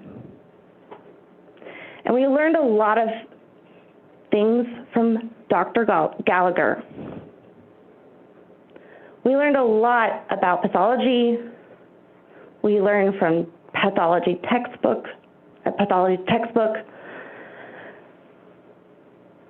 And what we learned from Dr. Gallagher is that there are multiple classifications for manner of death. We have accidental, homicide, suicide, undetermined, and natural causes. And in this case, we learned that the accidental manner of death could include the taking of one's own life unintentionally. Accident can include the unintentional taking of one's own life. We learned that Dr. Gallagher is busy. Yes, he has training. Yes, he has experience, but Dr. Gallagher is a busy guy. We heard he does somewhere around 250 autopsies a year. Think about how many autopsies a day that would come out to in working hours. We heard that his memory is not always the best. He had a hard following a conversation that Dr. Gallagher and I had just a few months ago. Not because he's trying to lie, but because memory fades over time, and Dr. Gallagher is busy. We heard that Dr. Gallagher writes reports. He relies on those reports, which is fair. When you're that busy, you need to be able to document and refer to things. But Dr. Gallagher is so busy that he doesn't have time to correct typos. And as a result, in this case, there was an error in his report. What else did we learn from Dr. Gallagher? Language varies in pathology, at least according to one reliable treatise. And you heard Dr. Gallagher read from the treatise, in this case, into the record. And I want to take you back to some of the things that we learned from Spitz and Fitcher's Medical Legal Investigation of Death, the 5th edition. It's a textbook on pathology.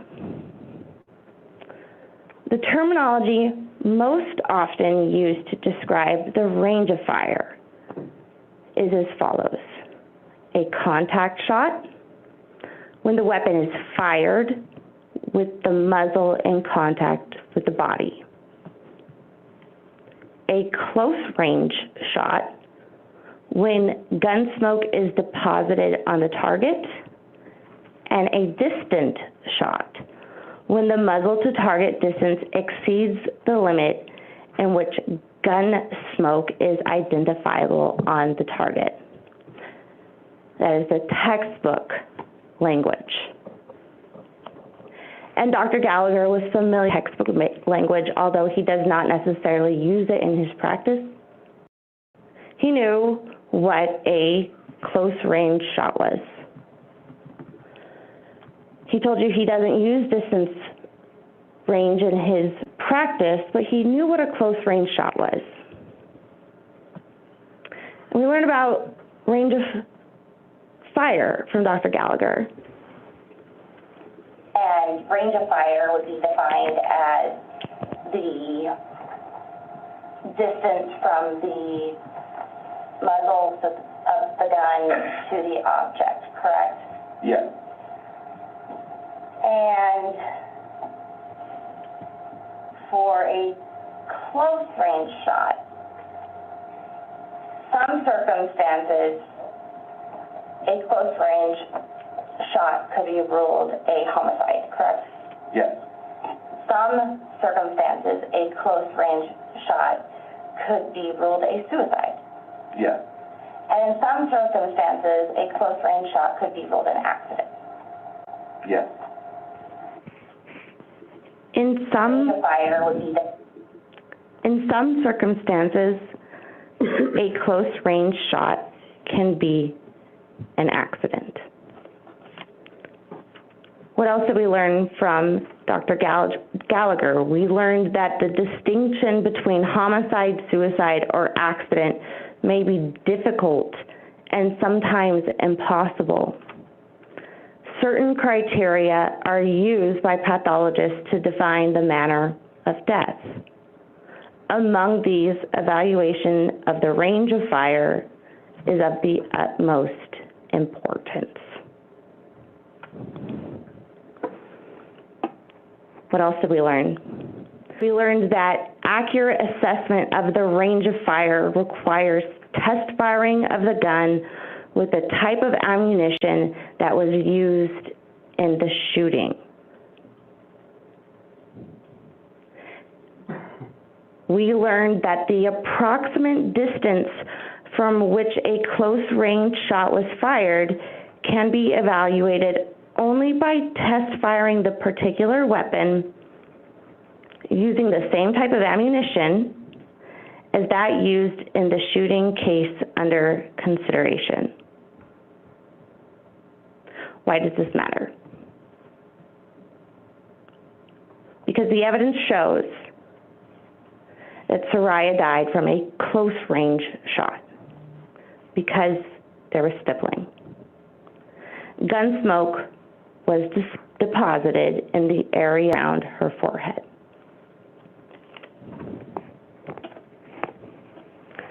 We learned from Dr. Gallagher that a major factor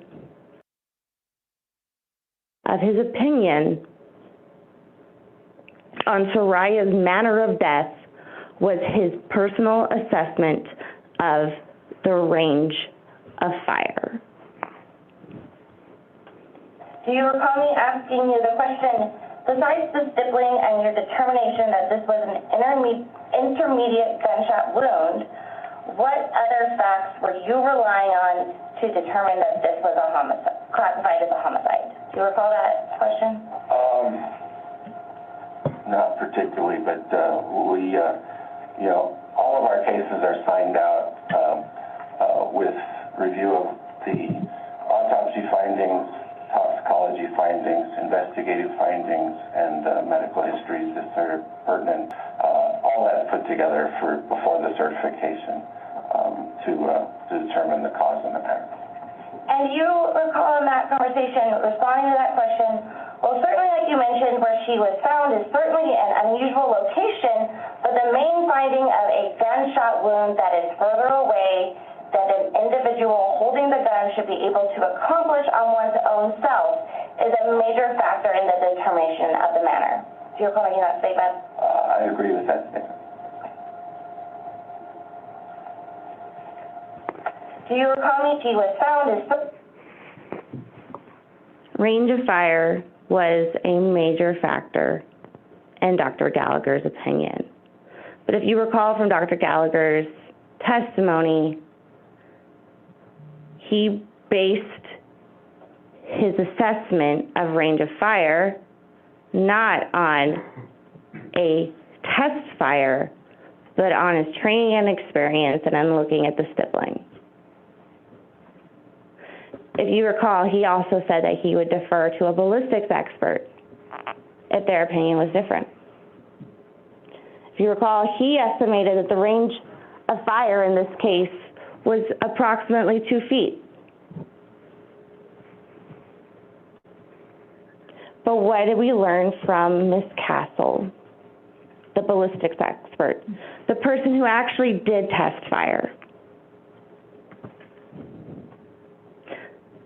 We learned from Ms. Castle that the muzzle to target distance was not contact,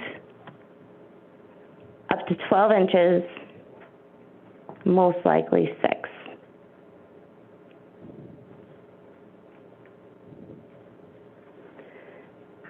Saria died from a close-range gunshot wound. 6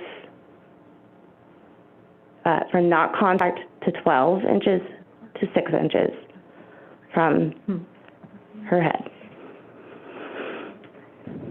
We also learned from Ms. Castle that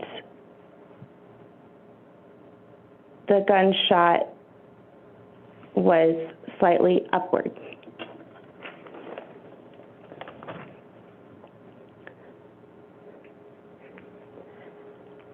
Why does this matter? Because when it can be next to impossible to distinguish between homicide, suicide, and accident, and determining the range of fire is of the utmost importance. The range of fire in this case matters. And Dr. Gallagher's opinion on matter is not reliable because Dr. Gallagher's opinion on the range of fire was not accurate. Dr. Gallagher has a lot of training and experience, and we learned a lot from him. But we also learned he did not do the muzzle to target distance testing. He did not go to the crime scene alleged by the government. And he came to a manner of death based off an opinion that was not correct.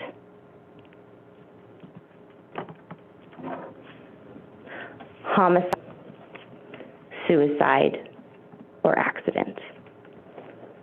We cannot rely on Dr. Gallagher to say that this was a homicide.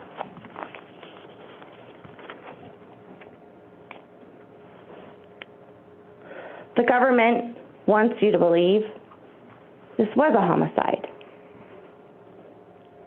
They want you to believe in motive.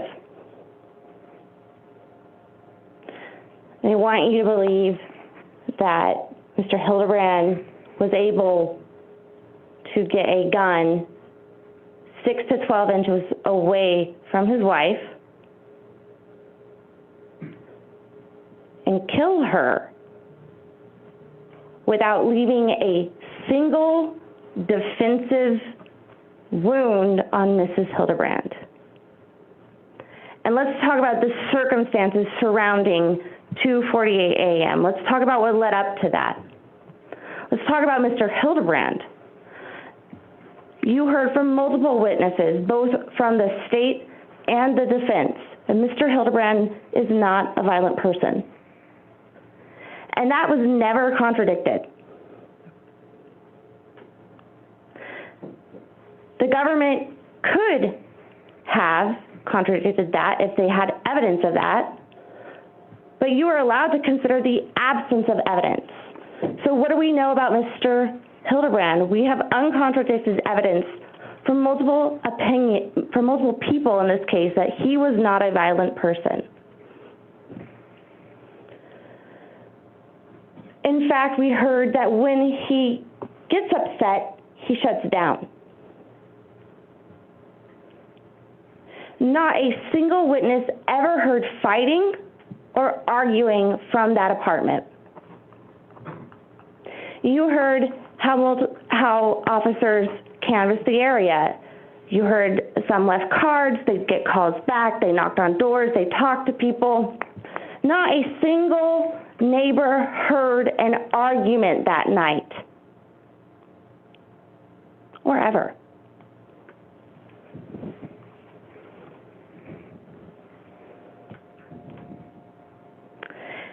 We heard that although Mr. Hildabrand makes mistakes when it comes to cheating, Saria had gotten over those.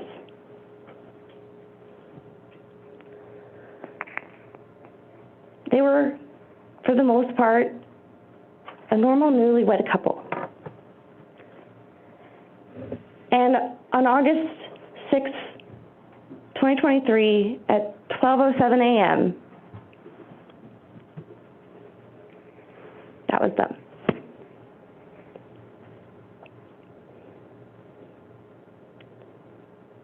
Mr. Hildabrand clearly intoxicated.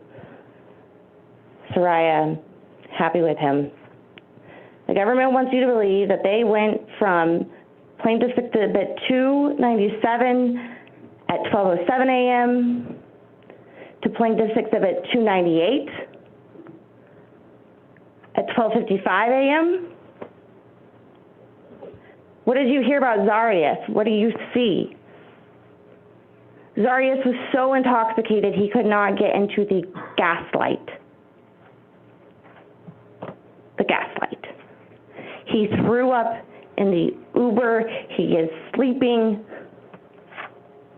He threw up getting out of the Uber. He had to get help inside of the apartment.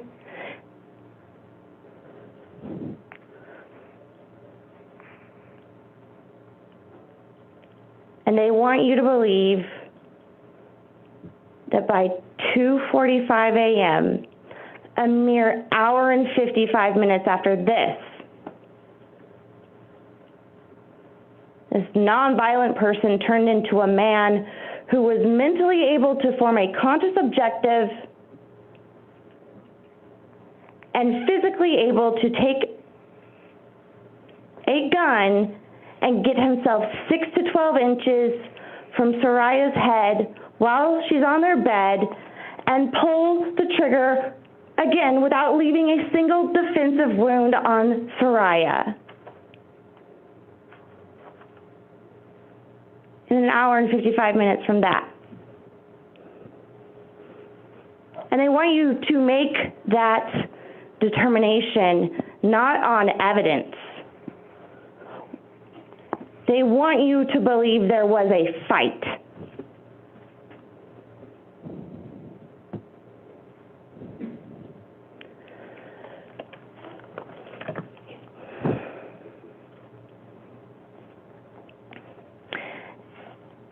And that is where the bias comes out. The bias that has permeated this case from the beginning. The bias because of an opinion that Mr. Hildabrand doesn't act like a normal person.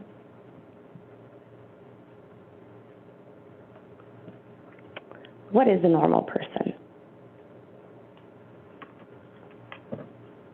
What is a normal circumstance? Was the situation that Mr. Hildabrand was in that morning, was that normal? There simply is not a normal response to what Mr. Hildabrand told you he found on August 6th.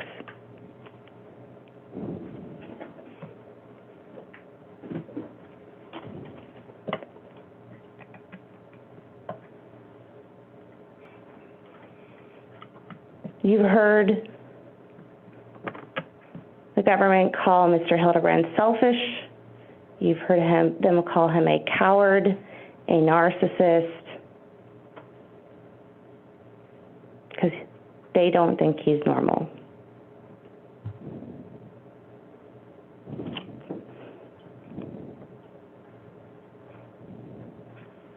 To think about what was really going on that night.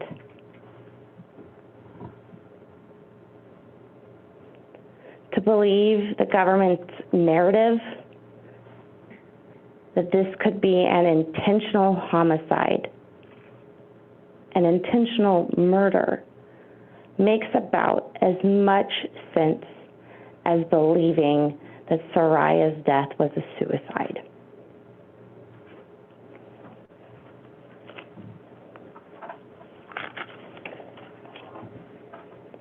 Homicide, suicide, and accident.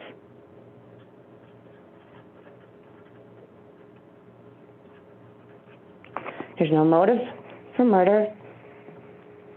This isn't a suicide, so what does that leave us with? With the evidence in this case, with the 6 to 12 inch range of fire, what does that leave us? Accident. And what evidence supports that this could have been an accident? What do we know? We know Saria was awake. She was awake. She was sending text messages to herself. She was taking screenshots on Mr. Hildabrand's phone. And the reason Miss Saria Hildabrand had Mr. Zarrius Hildabrand's phone is because Zarrius was not awake. Because Zarrius keeps his phone on him like any other 21-year-old, glued to their phone. How do you know Zarrius was asleep? Because Saria had his phone.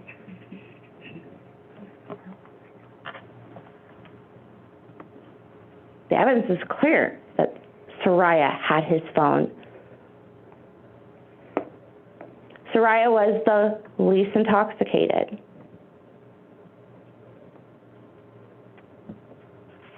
We heard evidence and testimony that the firearms were not in their normal location. We heard that when the firearm was found, the safety was off. We heard that both Saria and Zarrius used this gun.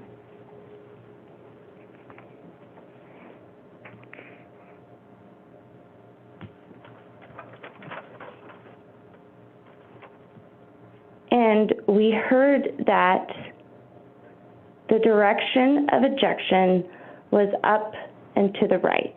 And so every time the government has talked to you about what this could have looked like, they want you to think this.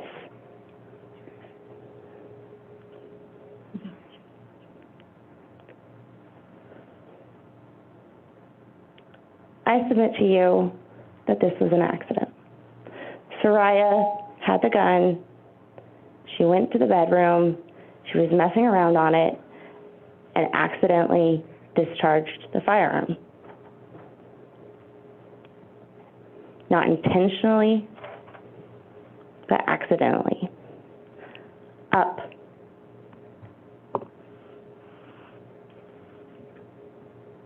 And to the right. That is what Ms. Castle testified to. And how do you know that Zarrius was asleep when this happened? Well, look at his cell phone records. Look at Saria's cell phone records. Look at the gap in time of movement. On August 6, 2023, in the early morning hours. There is a brief moment after 2:48 where Zarrius' phone moves.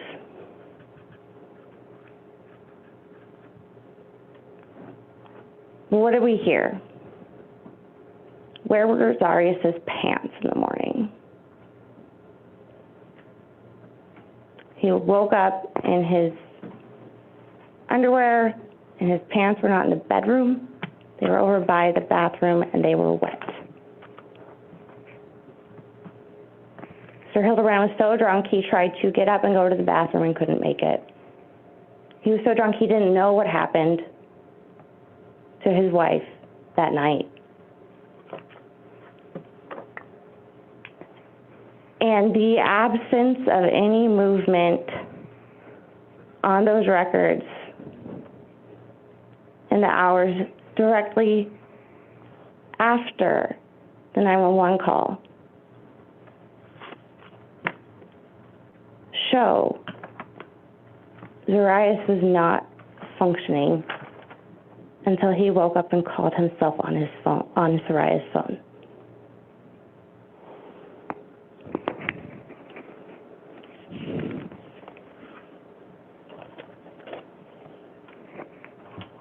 Homicide, suicide, or accident.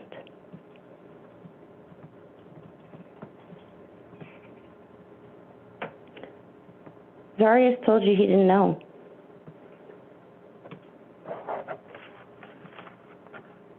Zarrius made a lot of mistakes. He did a lot of thoughtless things. But his fear was reasonable. It doesn't make what he did reasonable, but the fear, that was a reasonable fear. And he told you the mistakes he made.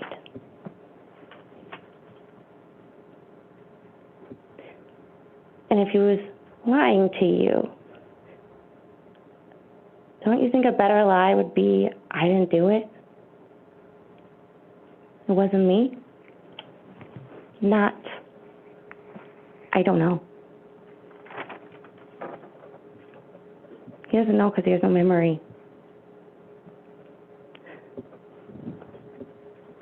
And not a single witness could tell you that they saw who pulled the trigger on that gun.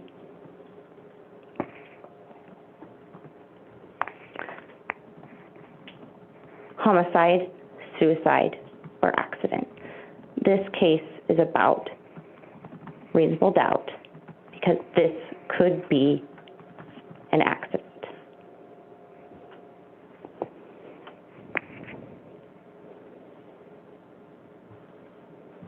Reasonable doubt isn't based on what normal people do.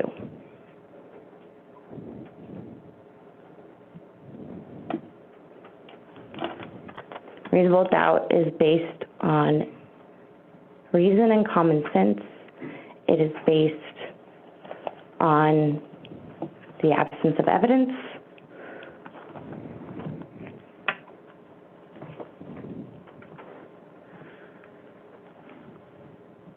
And so I want to talk a little bit more about juror instruction number 3.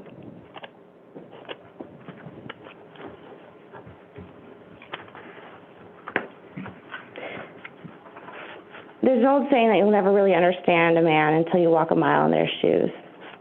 And in this trial, you have heard from Zarrius. You have heard of his fear and his shame. You've observed through this trial a mile of Mr. Hildabrand's mistakes. But none of those mistakes were murder. The fundamental obligation of jurors in a criminal trial is to apply the presumption of innocence and the burden of proof beyond a reasonable doubt. We talked about this in jury selection. We talked about being objective. We talked about taking an oath. And you all did take an oath in this case.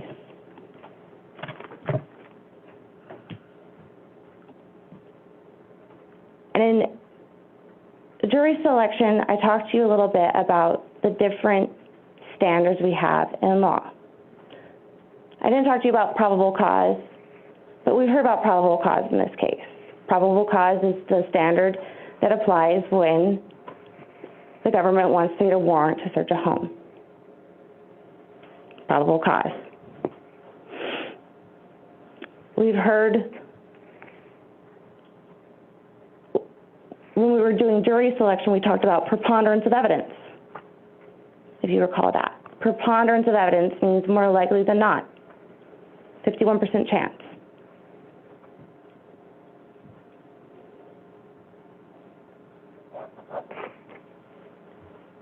Probably. Likely. But it's not enough that you believe a defendant is probably or likely guilty. In jury selection, we talked about clear and convincing evidence, which is more than a preponderance, but lower than beyond a reasonable doubt. We talked about different areas of law that clear and convincing can apply. We talked about how in non-Indian Child Welfare Act cases, clear and convincing evidence is what is required for the government to show before they can terminate the legal relationship between a parent and a child. It requires a strong probability.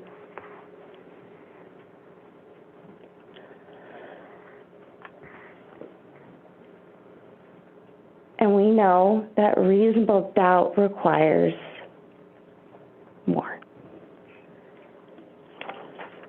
It is not enough that you believe a defendant is probably or likely guilty, or even that the evidence shows a strong probability of guilt.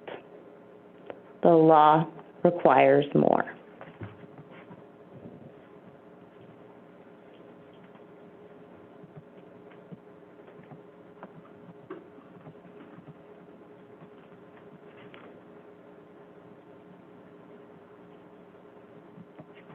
and there's just not more here.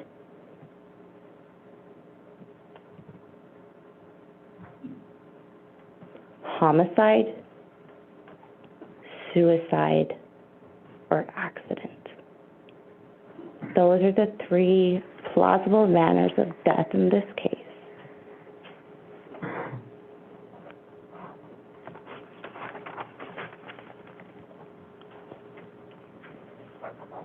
And Saria's death could have been the result of a self-inflicted accident. It's a reasonable inference to draw from this case. Don't get distracted by the emotion. Mr. Hildabrand simply asked that you do what you said you would do at the beginning of this case. When you took your juror oath, I ask that you be objective.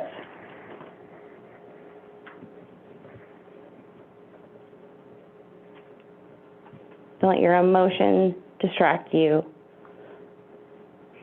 from the doubt in this case. Mr. Hildabrand made mistakes, and he owned those mistakes in front of you. Those mistakes don't make murder.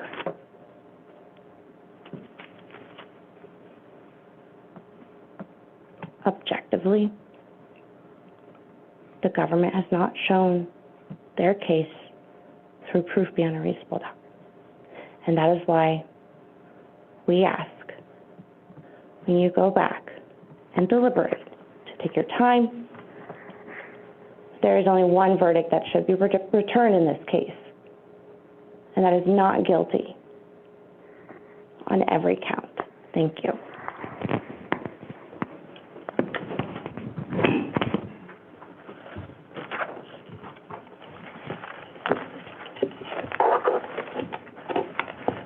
Ms. Dunlop? Yes, sir.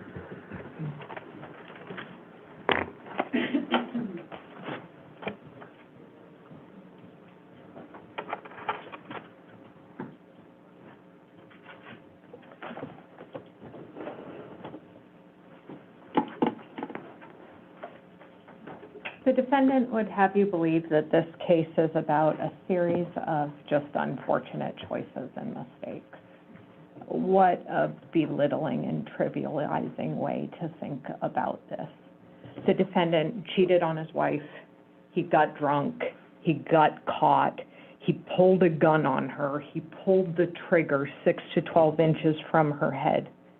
And then he cleaned up the apartment, he searched porn, he drove all over town getting cleaning supplies in a 96-gallon garbage can, and then he dumped her body in a storm drain.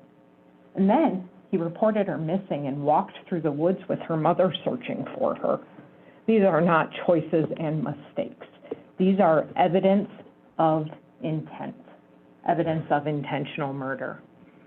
To say that he did not know what happened, it is frankly what he has to say because he's caught on video all over town, right? Like, we know that there's only 2 people in that apartment, no matter how many people Ms. Brewster asked if they heard or saw the gun being fired. We know there's only 2 people in that apartment. To say he didn't know is unreasonable. First of all, it's not a defense. Like I talked about, you can do things in the moment and not remember them later. And if you meant them in the moment, you're still responsible.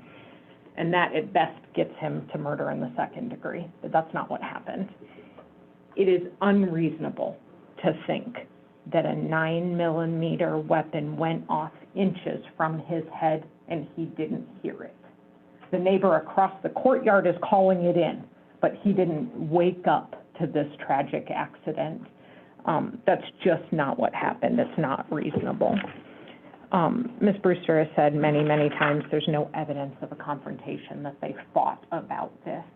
You don't have to have a loud yelling fight to have a confrontation. There's no evidence that Saria was a loud yelling person. The evidence of the confrontation is the messages on Snapchat that she clearly sent to herself, the evidence of the second woman that she, for all we know, didn't know about before she saw the Instagram messages, and the bullet in her head. That's the evidence of the confrontation. So let's talk about whether this is an accident, whether Saria just handled this gun and accidentally shot herself in the head. There's no evidence at all that she ever handled the gun, zero.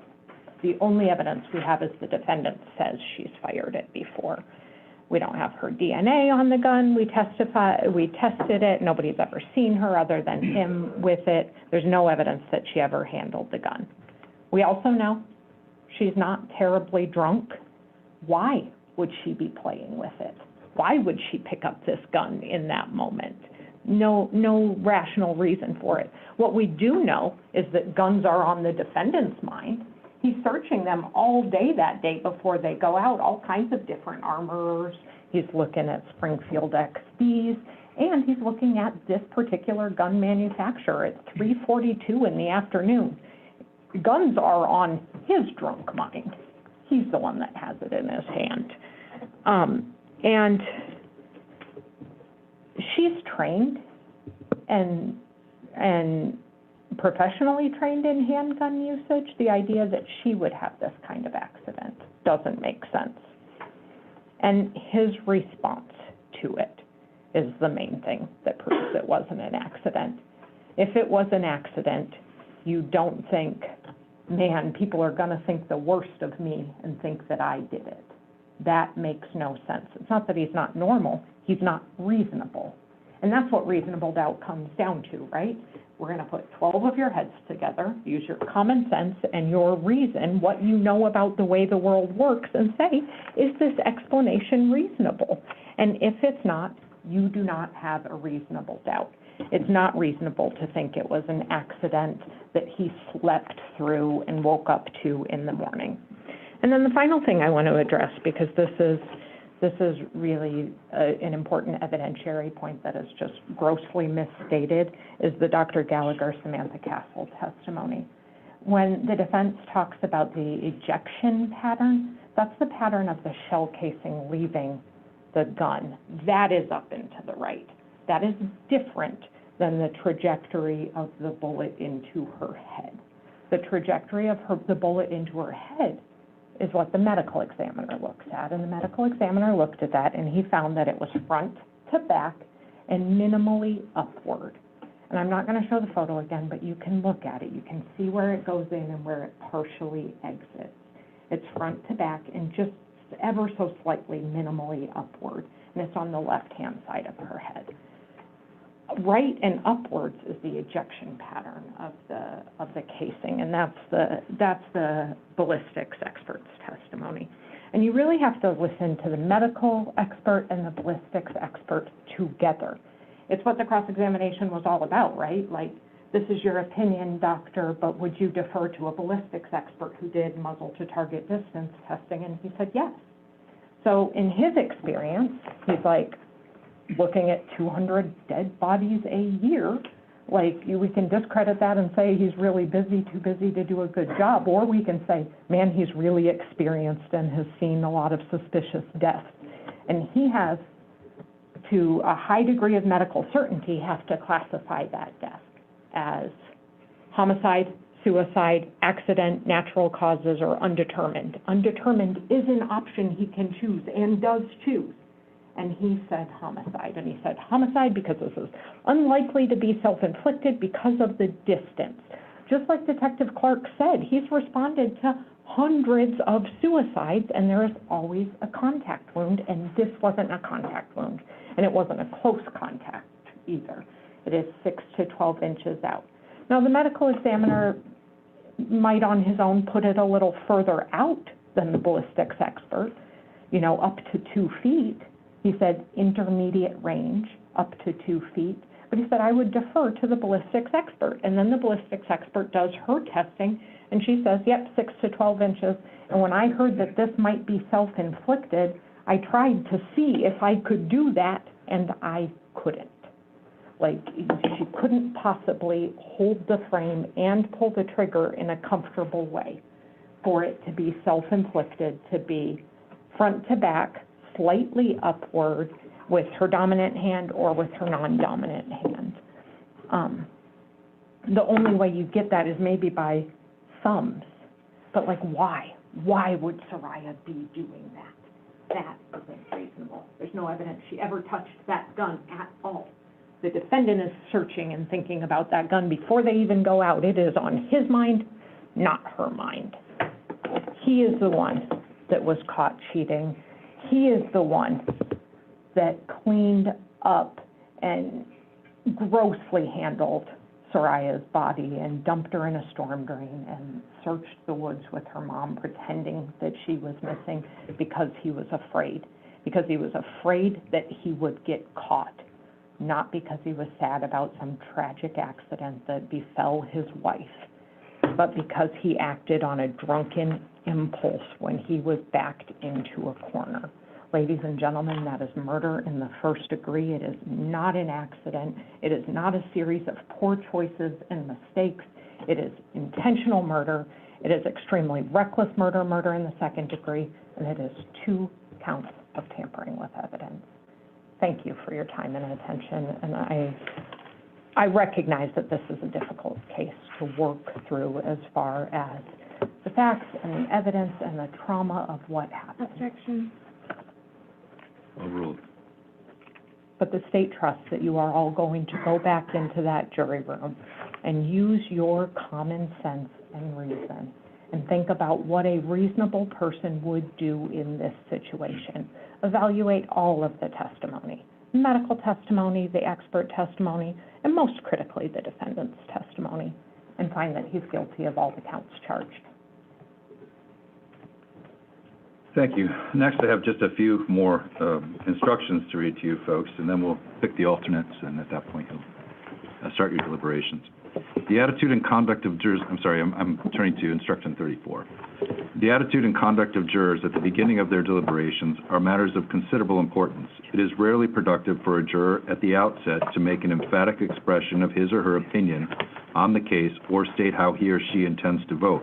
When this is done at the beginning, a juror's sense of pride may be aroused, and the juror may hesitate to change his or her position, even if shown that it is wrong. Remember that you are not partisans or advocates in this matter, but are judges. As jurors, you have a duty to consult with one another and to deliberate with a view to reaching an agreement, if that can be done without violence to individual judgment. Each juror must decide the case independently, but only after an impartial consideration of the evidence with the other jurors. In the course of deliberations, a juror should not hesitate to re-examine his or her own views and change his or her opinion if convinced it is erroneous. But no juror should surrender an honest belief as to the weight or the effect of the evidence solely because of the opinions of other jurors or for the mere purpose of returning a verdict. During your deliberations, a bailiff will be appointed to keep you together and prevent conversation between you and any other persons. The bailiff will provide meals and will make phone calls for you if necessary. The bailiff cannot answer any questions about this case or provide you with any information, books, or materials. The bailiff, as well as all other persons, is forbidden to communicate in any way or manner with any member of the jury on any subject touching on the merits of this case.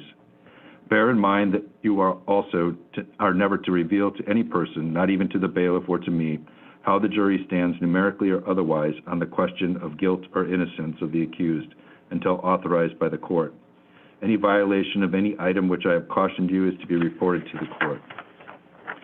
If it becomes necessary during your deliberations to communicate with me, you may send a note by bailiff signed by your foreperson or by one or more members of the jury. No member of the jury should ever communicate with me by any means other than a signed writing. The writing should contain the date and time of the communication. I will never communicate with any member of the jury other than in writing or orally here in open court. Judges frequently receive written questions about the case by jurors during their deliberations. Although I cannot always answer those questions, I'm free to tell you that if you desire to be informed on any point of the law arising in the case, you may write which point of law you wish to be instructed about on a piece of paper, hand it to the bailiff, and I will convene the court for consideration of the question. The court has recorded the proceedings in this trial. If you need to rehear the testimony of a particular witness, you may write which witness's testimony you wish to hear played back, and we will arrange for you to hear it. No new evidence will be presented. A delay will occur prior to a response to your question or request, since I must first convene the defendant, attorney's clerk, and myself for consideration of the question. I tell you this not to discourage your writing a question, but so that you'll understand any delay which might occur. You were accepted as jurors in this case in reliance upon your answers to the questions asked you concerning your qualifications. You are just as much bound by those answers now and until you are finally discharged from further consideration on this case as you were then. Your oath obligates you to conscientiously consider and weigh the evidence and to render a verdict based on the law and the evidence. When you return to the jury room, select a foreperson to preside over your deliberations. You will take to the jury room exhibits and these instructions together with the verdict forms, which are self-explanatory. Each of your verdicts must be unanimous. That is, all of you must agree with each verdict. If you unanimously agree upon the verdict during court hours, that is between 8:30 a.m. and 4:30 p.m. Monday through Friday, return it together with the exhibits and these instructions immediately into open court. If, however, you do not unanimously agree upon the verdict during court hours, you may continue to deliberate after 4:30 p.m. Monday through Friday. If you have any questions for the court which arise after 4:30 p.m. Monday through Friday, they will be answered the next day when you return to resume deliberations. If you unanimously agree on a verdict after 4:30 p.m. Monday through Friday, the verdict, after being properly dated and signed by the foreperson, must be sealed in the envelope accompanying these instructions. The foreperson will keep it in his or her possession in the sealed envelope, and you may separate, but all of you must be in the jury box when the court next convenes at 8:30 a.m., when the verdict will be received from you in the usual way. In the event that you use this method of sealed verdict, you are admonished not to make any disclosure concerning the verdict to anyone and not to speak with anyone concerning the case until the verdict has been returned in open court. Okay. There are 14 of you left. We started with 16. 14 left. We need 12 of you to deliberate. So that means we're going to randomly draw 2 names. And before we do that, I want to thank whoever the 2 alternates are for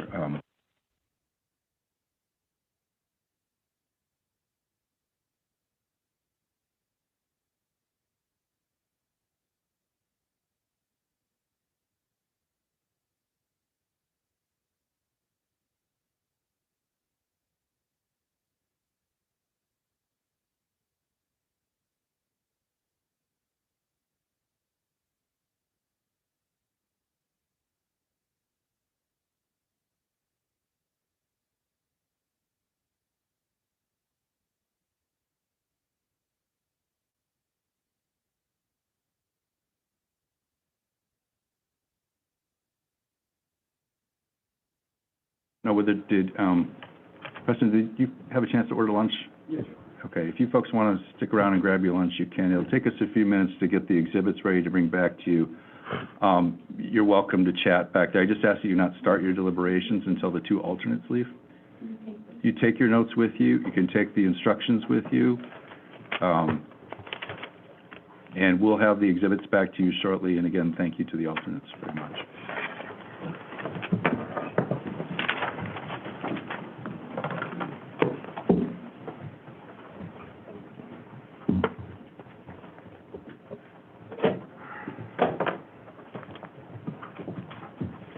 I'm sorry, for the alternates, if you can leave your notes, we'll destroy them without reading them.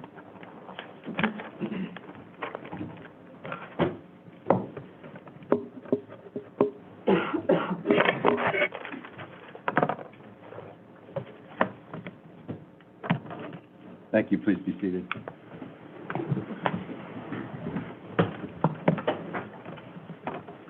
Ms. Brewster, have you had a chance to talk to your client about playbacks? Yes, Judge. We'd like to be present. For playbacks? Yes, Judge. Do you understand what that is? Nothing will happen in this courtroom. There will be no discussion. There will be no discussion between the jurors. We will be sitting here. We'll delay the process. Everyone will come back. I have never had anyone request to be here for playbacks. What possible are you going to gain from a playback? I will give you notice that a playback is taking place, You'll know what they're listening to. I'm not present. The only person that's present is the clerk. The clerk pushes the button of what they want to hear. Nothing is said between the jurors. Nothing is said. There's no discussion. They listen to it. They return to their room to deliberate. It's your position that you want to be here for that. Yes, Judge. Okay?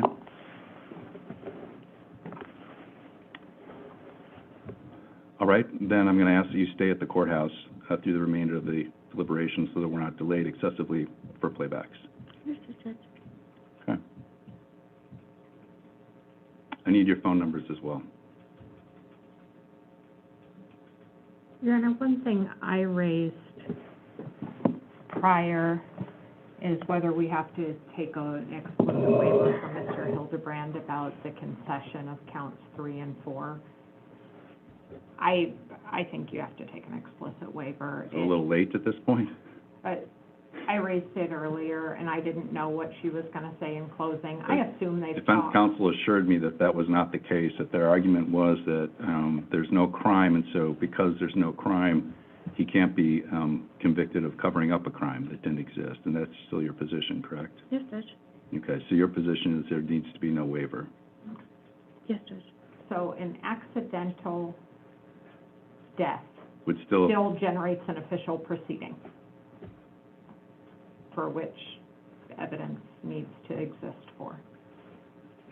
I think that there does. I think we can take it after the fact. Clearly, they've talked about this, but... Mr. Hildebrand, do you understand the discussion? Yes, sir, I do. Okay, so in other words, your attorney presented a defense in which she is saying that you committed no crime at all, no crime in fact was committed. You're also charged with tampering with evidence, essentially.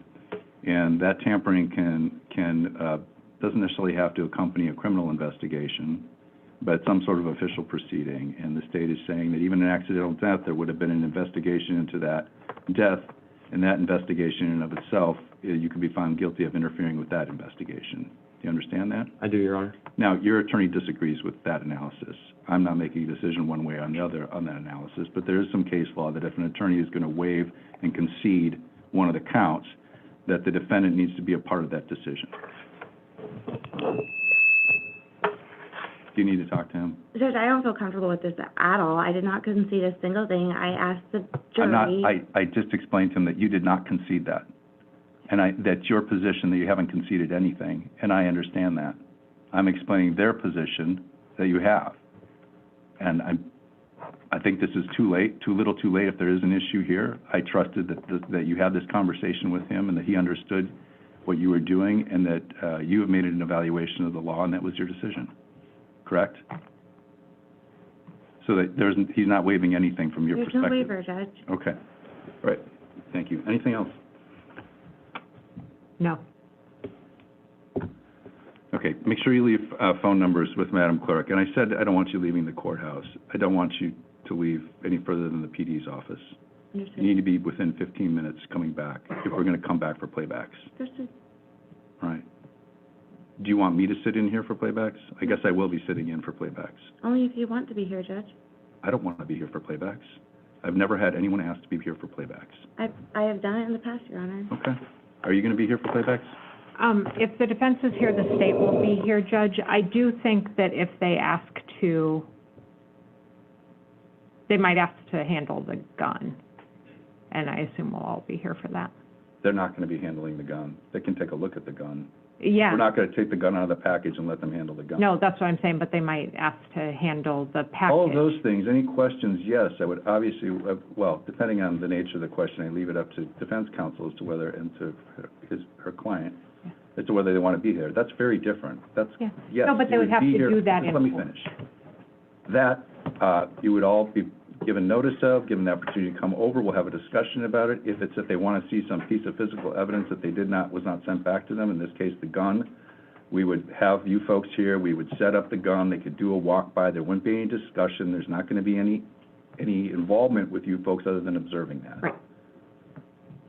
Okay? So yes, I never will take a question from the jury without letting you know what that question is and calling you and getting you over here and conferring with you folks.